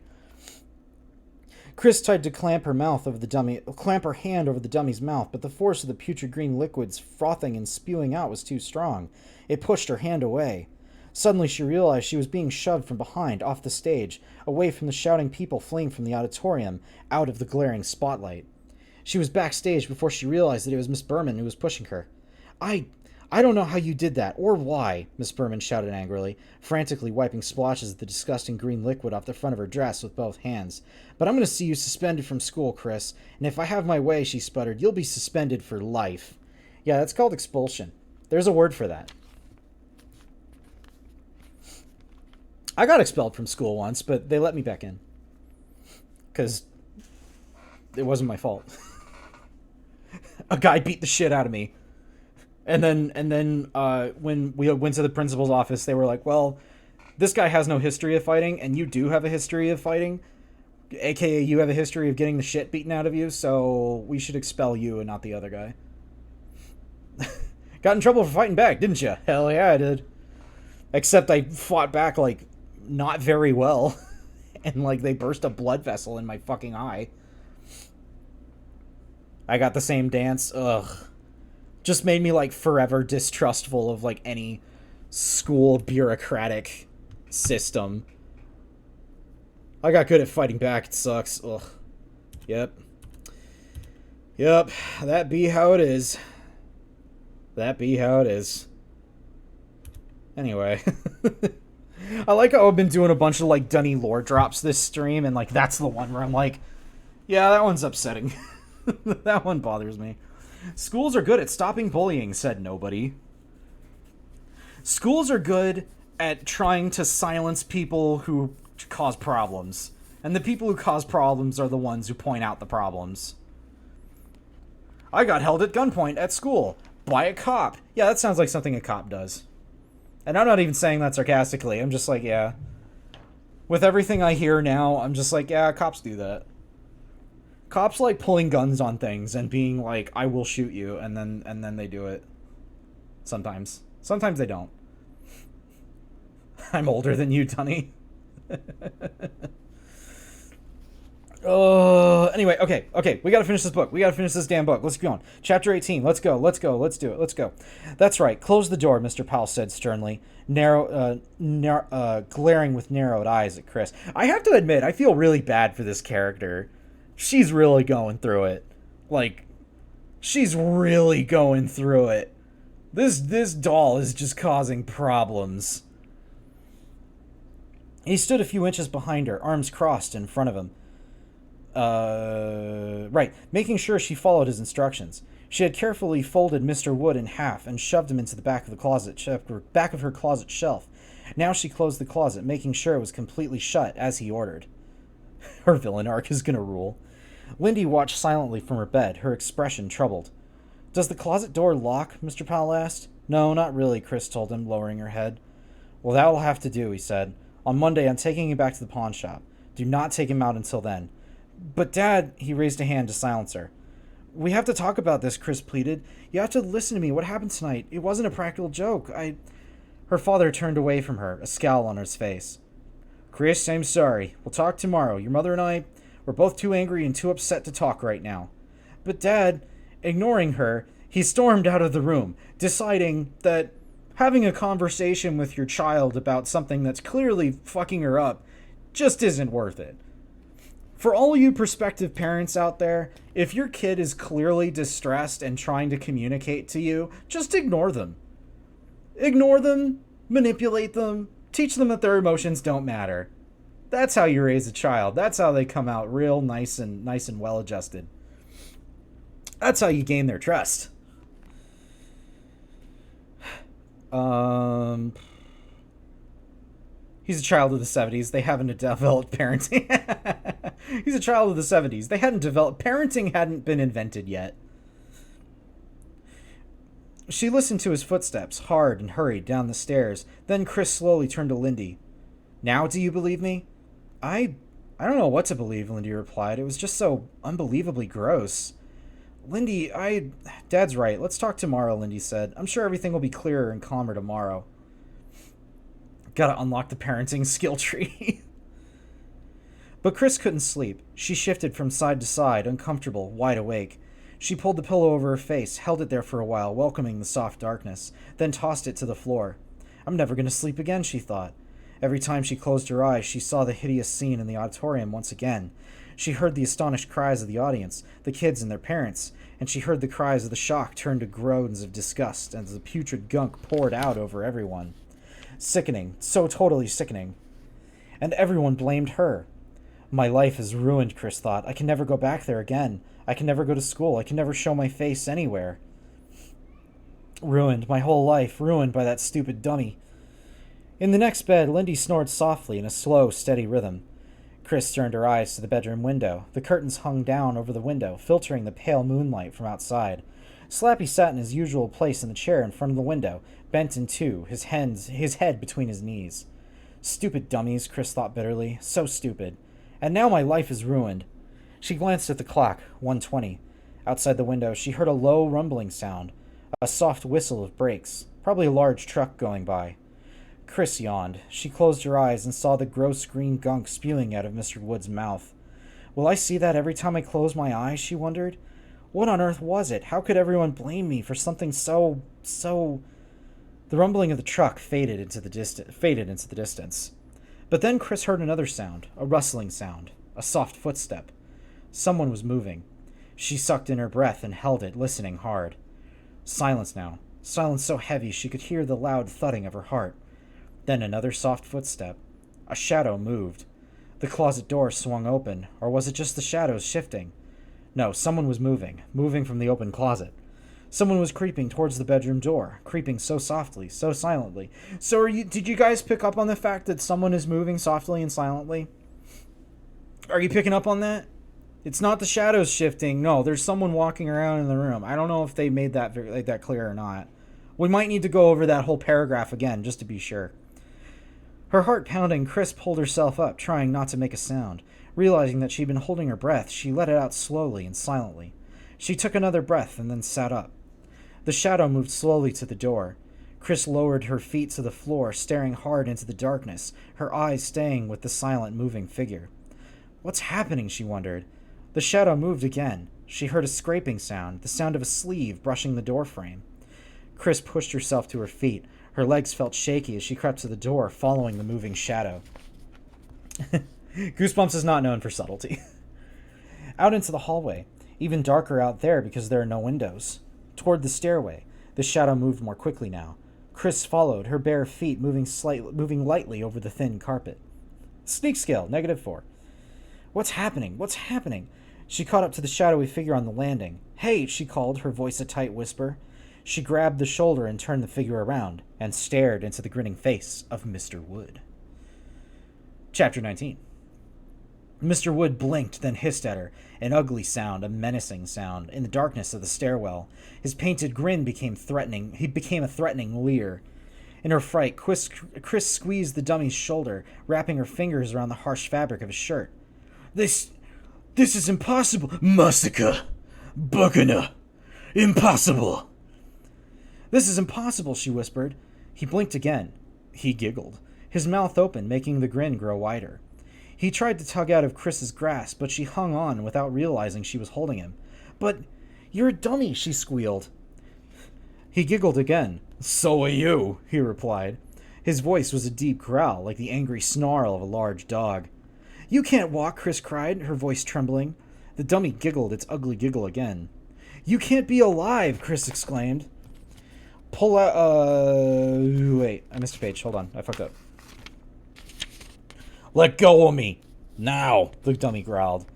Chris held on, tightening her grip. I'm dreaming, Chris told herself aloud. I have to be dreaming. It's not a dream, and I'm a nightmare, the dummy exclaimed, and tossed back his wooden head, laughing. Still gripping the shoulder of the shirt, Chris stared through the darkness at the grinning face. The air seemed to grow heavy and hot. She felt as if she couldn't breathe, as if she were suffocating. What was that sound? It took her a while to recognize the strained gasps of her own breathing. "Let go of me," the dummy repeated, "or I'll throw you down the stairs." He tried once again to tug out of her grasp. "No," Chris insisted, holding tight. "I'm putting you back in the closet." The dummy laughed, then pushed his painted face close to Chris. "You can't keep me there." I'm locking you in a box, in something," Chris declared, panic clouding her thoughts. The darkness seemed to descend over her, choking her, weighing her down. "Let go of me," the dummy pulled hard. Chris reached out with her other hand and grabbed him around the waist. "Let go of me," he snarled in his raspy, deep rumble of a voice. "I'm in charge now. You will listen to me. This is my house now." He pulled hard. Chris encircled his waist. They both fell onto the stairs, rolling down a few steps. "Let go," the dummy ordered. He rolled on top of her, his wild eyes glaring into hers. She pushed him off, tried to pin his arms behind his back. He was surprisingly strong. He pulled back one arm, then shoved a fist hard into the pit of her stomach. Chris groaned, feeling the breath knocked out of her. The dummy took advantage of her momentary weakness and pulled free. Grasping the banister with one hand, he tried to pull himself past her and down the stairs. But Chris shot out on foot and tripped him. Still struggling to breathe, she pounced onto his back. Then she pulled him away from the banister and pushed him down hard onto a step. Chris Chris gasped loudly as the overhead hall light flashed on. She closed her eyes against the sudden harsh intrusion. The dummy struggled to pull out from under her, but she pushed down on his back with all her weight. "Chris, what on earth?" Lindy's startled voice called down from the top step. "It's Mr. Wood," Chris managed to cry up to her. He's alive." She pushed down hard, sprawled over the dummy, keeping him pinned beneath her. "Chris, what are you doing?" Lindy demanded. "Are you okay?" "No," Chris exclaimed. "I'm not okay. Please, Lindy, go get Mom and Dad. Mr. Woody's alive." "He's just a dummy," Lindy called down, taking a few reluctant steps toward her sister. "Get up, Chris. Have you lost your mind?" "Listen to me," Chris shrieked at the top of her lungs. "Get Mom and Dad before he escapes." But Lindy didn't move. She stared down at her sister, her long hair falling in tangles about her face, her features twisted in horror. "Get up, Chris," she urged. "Please get up. Let's go back to bed." "I'm telling you, he's alive," Chris cried desperately. "You've got to believe me, Lindy. You've got to." The dummy lay lifelessly beneath her, his face buried in the carpet, his arms and legs sprawled out to the sides. "You had a nightmare," Lindy insisted, climbing down step by step, holding her long nightshirt up above her ankles until she was standing right above Chris. "Come back to bed, Chris. It was just a nightmare. The horrible thing that happened at the concert gave you a nightmare, that's all." Gasping for breath, Chris lifted herself up and twisted her head to face her sister. Grabbing the banister with one hand, she raised herself a little. The instant she lightened up on him, the dummy grabbed the edge of the stair with both hands and pulled himself out from under her. Half falling, half crawling, he scrambled down the rest of the stairs. No, I don't believe it," Lindy shrieked, seeing the dummy move. "Go get Mom and Dad," Chris said. "Hurry!" Her mouth wide open in shocked disbelief, Lindy turned and headed back up the stairs, screaming for her parents. Chris dived off the step, thrusting her arms in front of her. She tackled Mr. Wood from behind, wrapping her arms around his waist. His head hit the carpet hard as they both crumpled to the floor. He uttered a low, throaty cry of pain. His eyes closed. He didn't move. Dazed, her chest heaving, her entire body trembling, Chris slowly climbed to her feet. She quickly pressed a foot into the dummy's back to hold him in place. "Mom and Dad, where are you?" she cried aloud. "Hurry!" The dummy raised its head. He let out an angry growl and started to thrash his arms and legs wildly. Chris pressed her foot hard against his back. "Let go! Let go!" he growled viciously. "I've made a dummy that screams. Why?"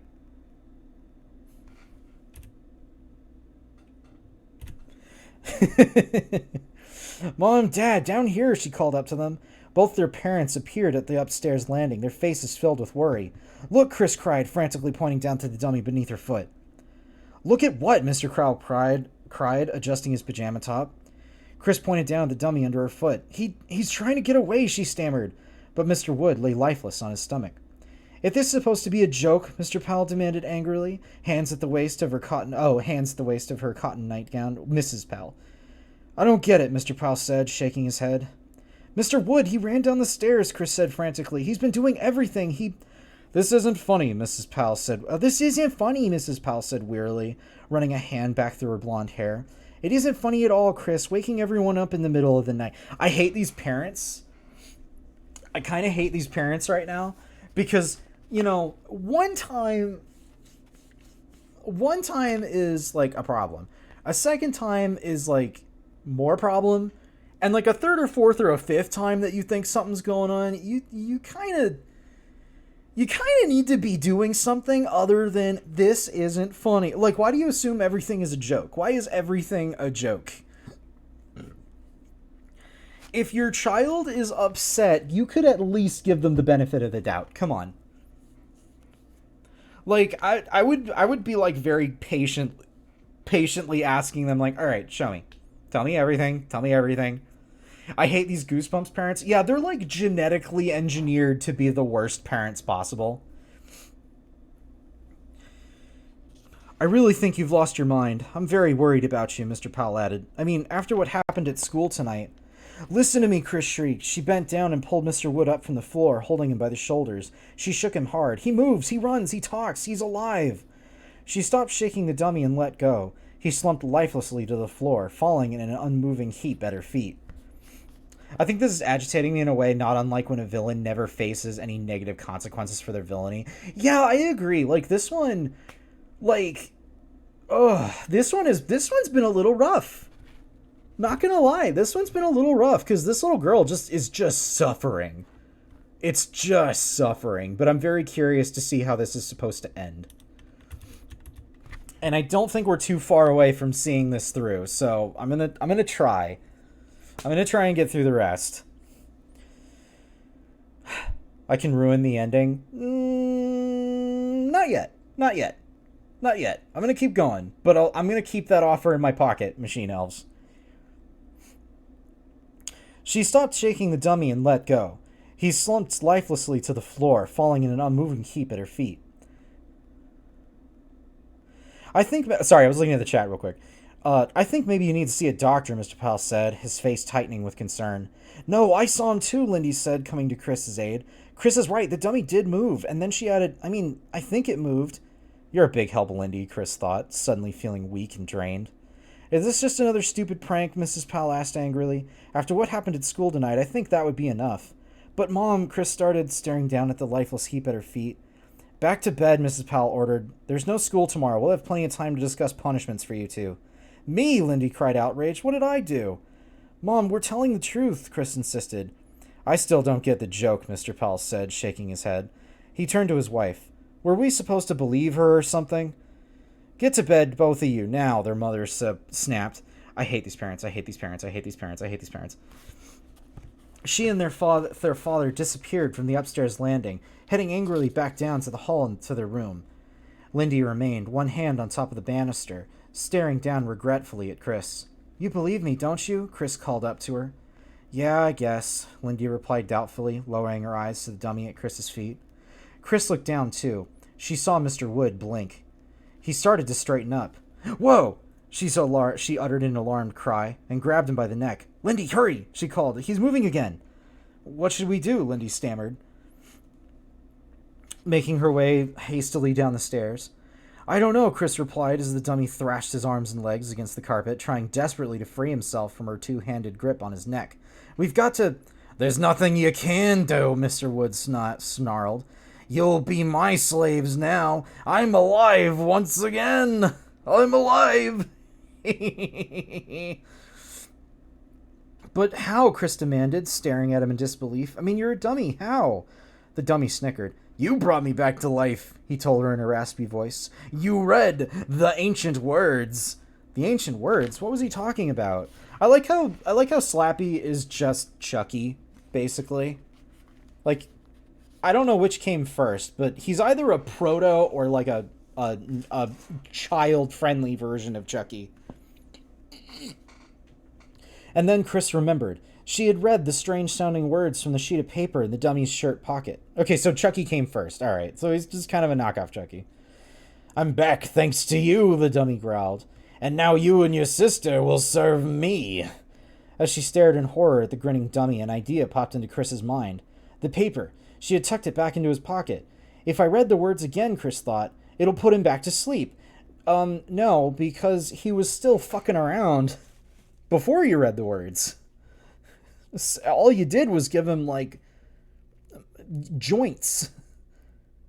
I don't think that's how spell works. Yeah, exactly. She reached in and out and grabbed him. He tried to jerk away, but she was too quick. That folded sheet of yellow paper was in her hand. Give me that, he cried. He swiped at it, but Chris swung it out of his reach. She unfolded it quickly, and before the dummy could grab the paper out of her hands, she read the strange words aloud. Karumari Odana Loma Malua and Karano. I think him fucking around at first was the prank. Wait, hold on a second. I don't think that's how it works. No, be twice as awake. I think him fucking around at first was the prank. Oh, true. Like his, yeah. Keep reading the words until he overdoses on magic caffeine. Chapter 21. Oh boy. Okay. Both sisters stared at the dummy, waiting for him to collapse. But he gripped the banister and tossed his head back in an amused, scornful laugh. Those are the words of the ancient sorcerer to bring me to life, he proclaimed. Those aren't the words to kill me. Kill him? Yes, Chris thought frantically. She tossed down the yellow paper disgustedly. We have no choice. We gotta kill him. We gotta kill him, Lindy. We gotta commit murder. Huh? Her sister's face filled with surprise. Chris grabbed the dummy by the shoulders and held on tightly. I'll hold him. You pull his head off. Lindy was beside her now. She had to duck away from Mr. Wood's thrashing feet. I'll hold him still, Chris repeated. Grab his head. Pull it off. Decapitate the motherfucker. Pop his fucking head off. Get the chainsaw. You sure? Lindy hesitated, her features tight with fear. Just do it, Chris screamed. I like how the parents are just like not hearing any of this, apparently. She let her hand slide around Mr. Wood's waist. Lindy grabbed his head in both hands. Let go of me, the dummy rasped. Pull, Chris cried to her terrified sister. Holding the... Yo, can we just actually... Hold on a second. Unless this gets, like, covered... Boy, her sister's a real asshole for, like, doing all the kitchen messing around stuff earlier. That was some douchey shit. I kept thinking it was going to be like, oh, the puppet was controlling her and she did it all. And now she's just fucking with her. And now it'll be like, oh, he's in control of the family or whatever. Yeah, she was doing those on her own. What an asshole.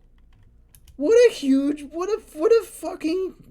I'm trying not to use the word, I'll say it one time. I'm trying not to use the word bitch too much, because I know that has really bad connotations, and I know people don't like hearing it. But I kind of feel like I shouldn't call a child a cunt, either. I'm trying to get a little better at that. I'm trying not to use, like, the B slur. But I feel like I shouldn't call a child a cunt either. What a little dickwad. What an absolute splorg. What a schmorgy. What an absolute schnarglebarg. All right.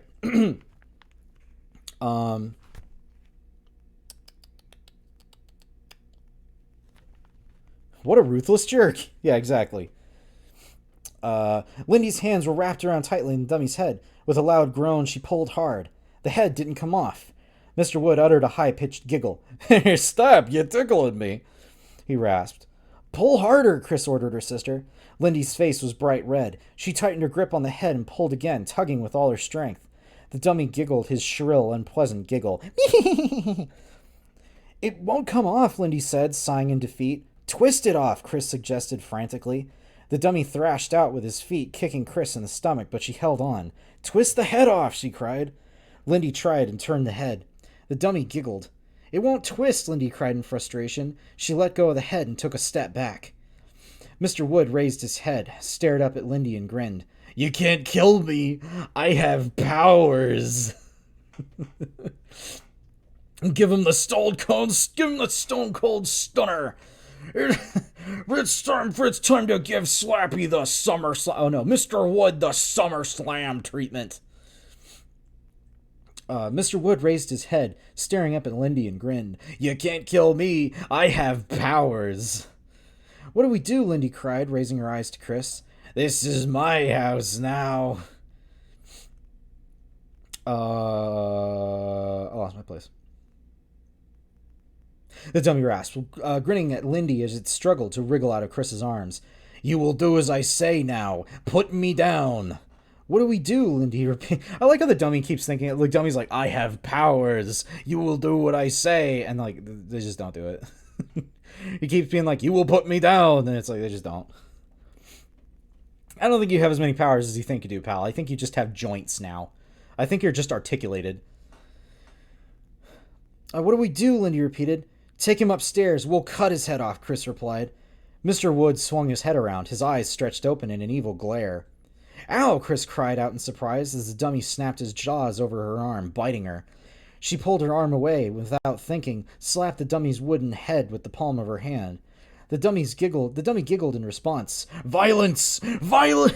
Yeah, violence, violence, violence, violence. That's all he's saying is just violence, he said in a mock scolding tone. Get those sharp scissors in your drawer, Chris instructed her sister. I'll carry him up to our room. Her arm throbbed where he had bitten her, but she held onto him tightly and carried him up to their bedroom. The parents still just, I don't know, don't care. Parents just aren't dealing with any of this. They're just like, nah. You hit me again. I love it. Hurt me bad. Lindy had already pulled out the long metal scissors from the drawer. Her hand trembled as she opened and closed the blades. Below the neck, Chris said, holding Mr. Wood tightly by the shoulders. He hissed furiously at her. She dodged as she tried to kick her with both sneakered feet. Holding the scissors with two hands, Lindy tried cutting the head off at the neck. The scissors didn't cut, so she tried a sawing motion. Mr. Wood giggled. I told you, you can't kill me. Hey, you can't kill me.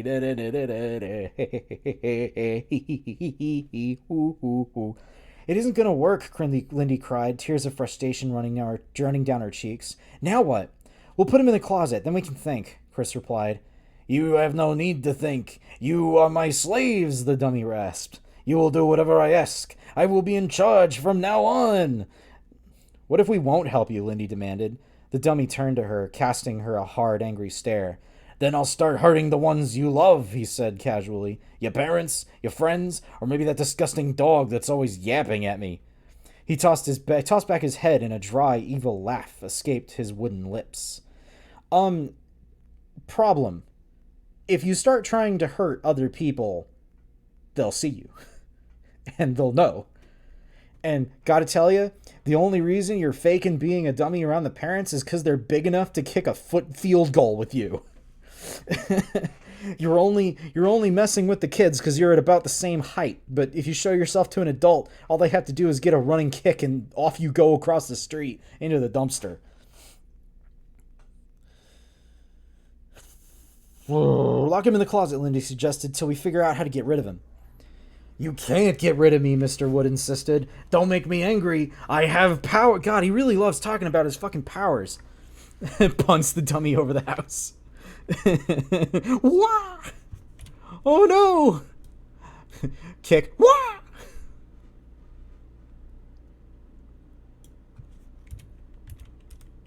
Okay, there we go.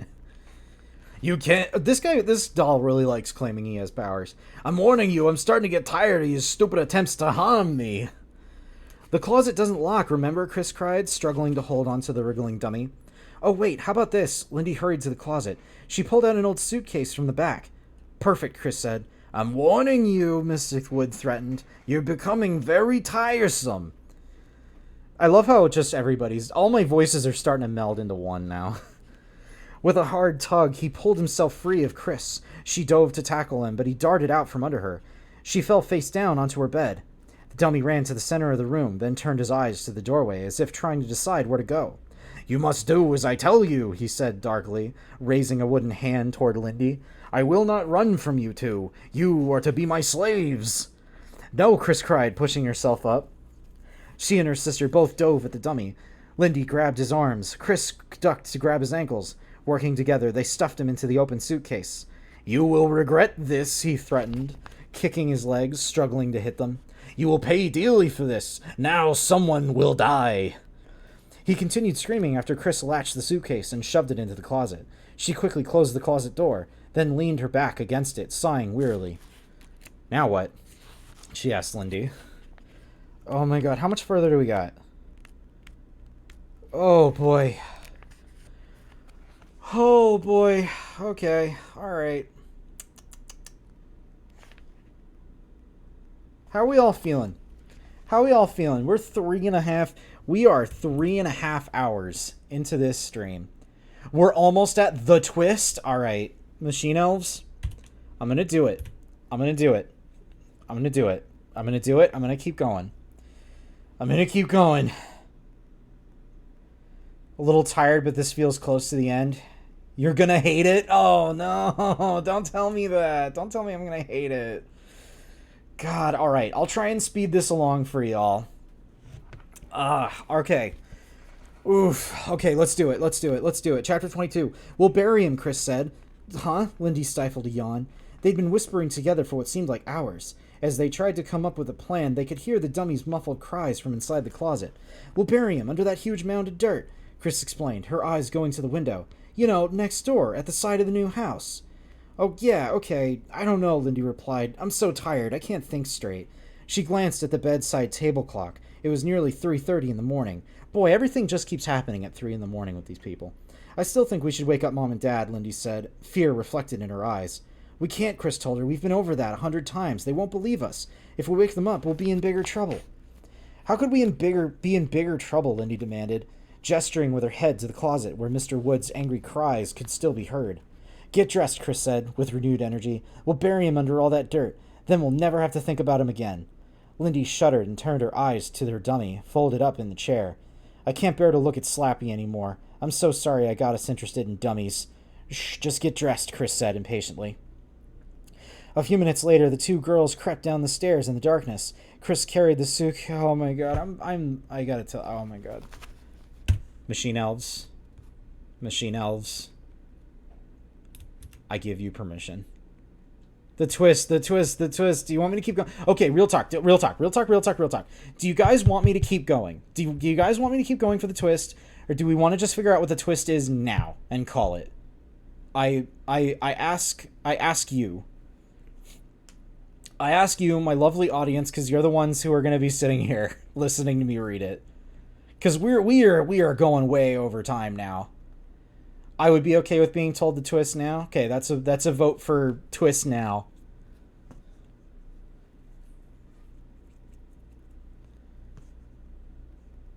I am perfectly okay with listening to the twist now. Okay, that's 2.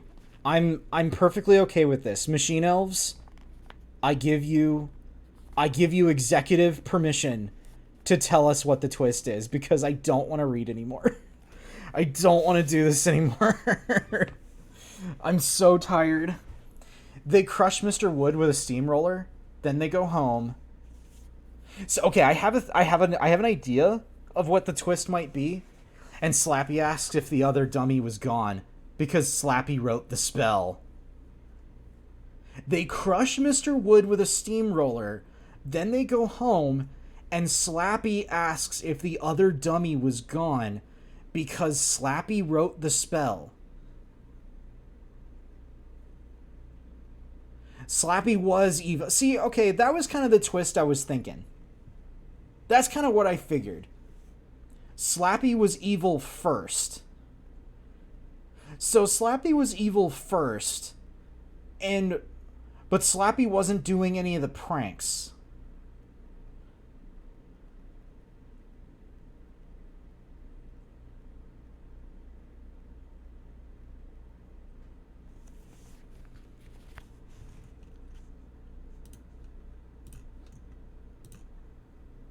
What the hell is that? What?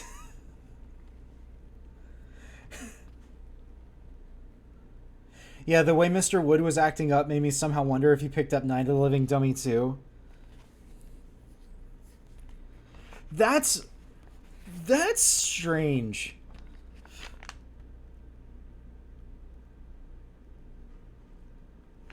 Hold on a sec. Sorry, I'm just looking ahead a little bit.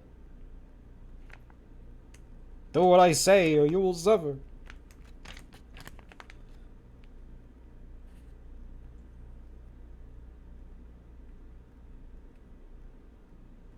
Okay. All right.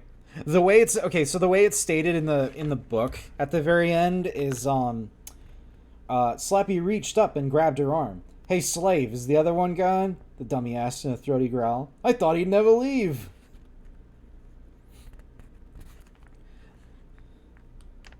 That's still, like, I find that...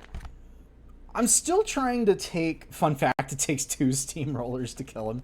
I'm still trying to kind of put together what the motivation was there. 2 steamrollers at 3:30 a.m. It has to be 3:30 a.m. That's just what it has to be. That's I get the twist. I get the twist, but it makes me go like, wait, what? wait a minute. Wait a minute, I'm confused.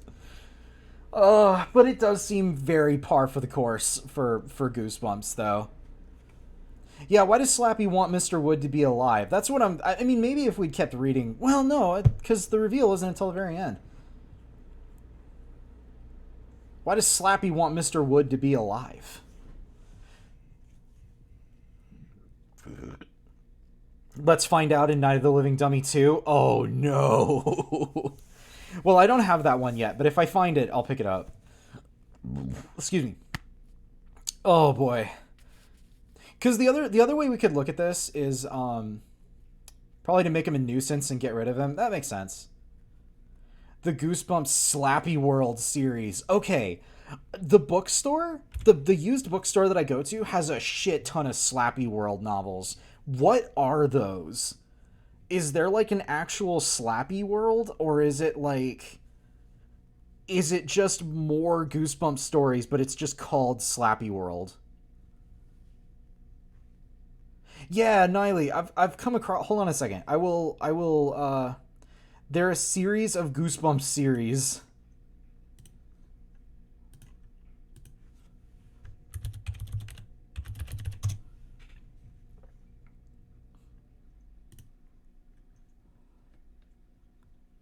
Yeah, there's like all these books that are Slappy World. I'm Slappy. I'm Slappy's evil twin. Slappy birthday to you. My friend Slappy. The ghost of Slappy. Oh my god, Slappy is like the fucking... Slappy is like the fucking 80s slashers of children's horror. There are a series of Goosebumps stories. Slappy tells the stories. They're all planned all the way out to 2023. Slappy in Dreamland. The cover for Slappy in Dreamland rules.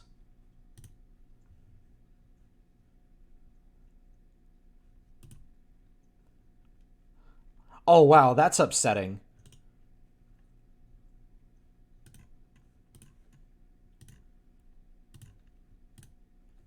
This is very upsetting. I don't like that.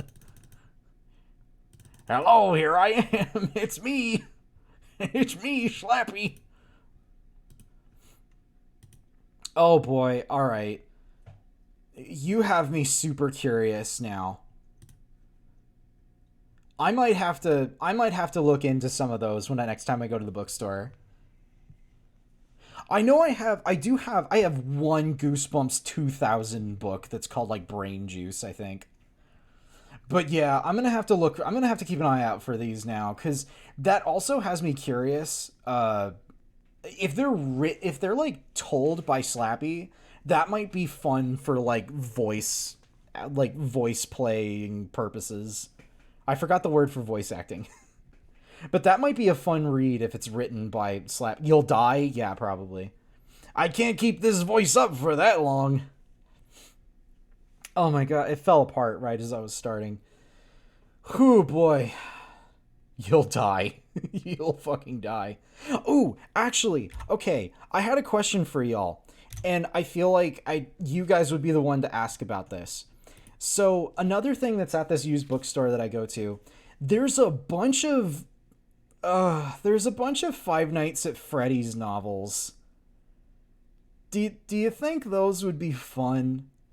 Do you think those would be good for stream content? They're amazingly terrible. That's what I thought. I thought about reading them for stream sometime. I've seen summaries of them. Me too. They go batshit insane. There's literally Mpreg in one of them. Uh-huh. I don't want to see anything FNAF after what the creator admit to doing. Yeah. It ain't exact... Oh, that's right. He does still kind of write them, though. 10 years after the horrific murders of Freddy Fazbear's Pizza that ripped their town apart, Charlie, whose father owned the restaurant, and her childhood friends reunite on the anniversary of the tragedy and find themselves at the old pizza place, which had been locked up and abandoned for years. And then robots happen. And then the purple guy went back in time, and then the Springtrap showed up again, and then it actually turned out that the little boy was a robot made out of Five Nights at Freddy jelly goo that works like an animatronic, but it's goo. And the goop made out of melted antagonist. Oh my god. I was joking. And then the goop made out of melted antagonist came back and caught fire again, and we escaped. Oh, yeah. Oh man. Okay. I'll keep that in the back pocket if I run out of ideas. I might still part of me wants to do it, but only because I know that I will suffer. If I read a FNAF novel, I'm like, cuz like the Goosebumps are like fun and campy and old, but like the FNAF novels will kill me probably just based in the pure cringe of it all. Oy, okay, anyway. All right, everybody. This has been a very long stream. We read Night of the Living Dummy. We did it. We made it through, sort of.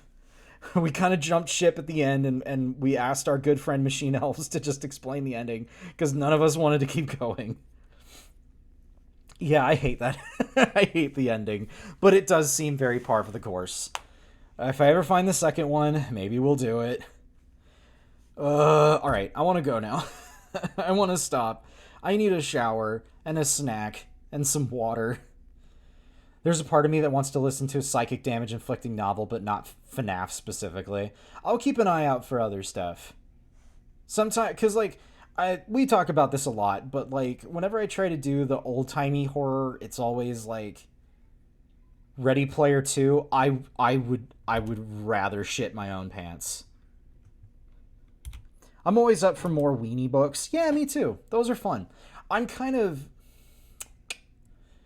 starting to think maybe I should kind of lean a little more in towards kind of like the middle schoolish kids books, just because they're easy. Like they're easy to get some real fun times out of. The old timey ones I'm starting to realize are just so old and dry and like casually racist, and it's that was becoming such a joke on this channel, but now it's getting to be like really annoying, and I don't like it. So I might try to find some other good stuff to read instead.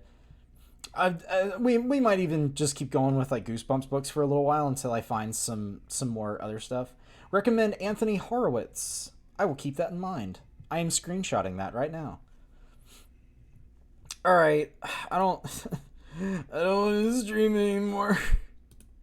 I don't want to stream anymore. I'm gonna stop now. I'm very tired. I'm gonna go touch my cat. I'm gonna go take a shower. My husband's not coming home until later, so I can't kiss him yet, but I will later. Scary Stories to Tell in the Dark. God, I've seen so many copies of that. I really should pick it up. Okay, anyway. Alright. Bye. Bye, everybody. Goodbye. Goodbye. I don't want to stream anymore. My throat hurts. Bye. Let me go. Bye now. Okay, bye. I love you. Bye-bye.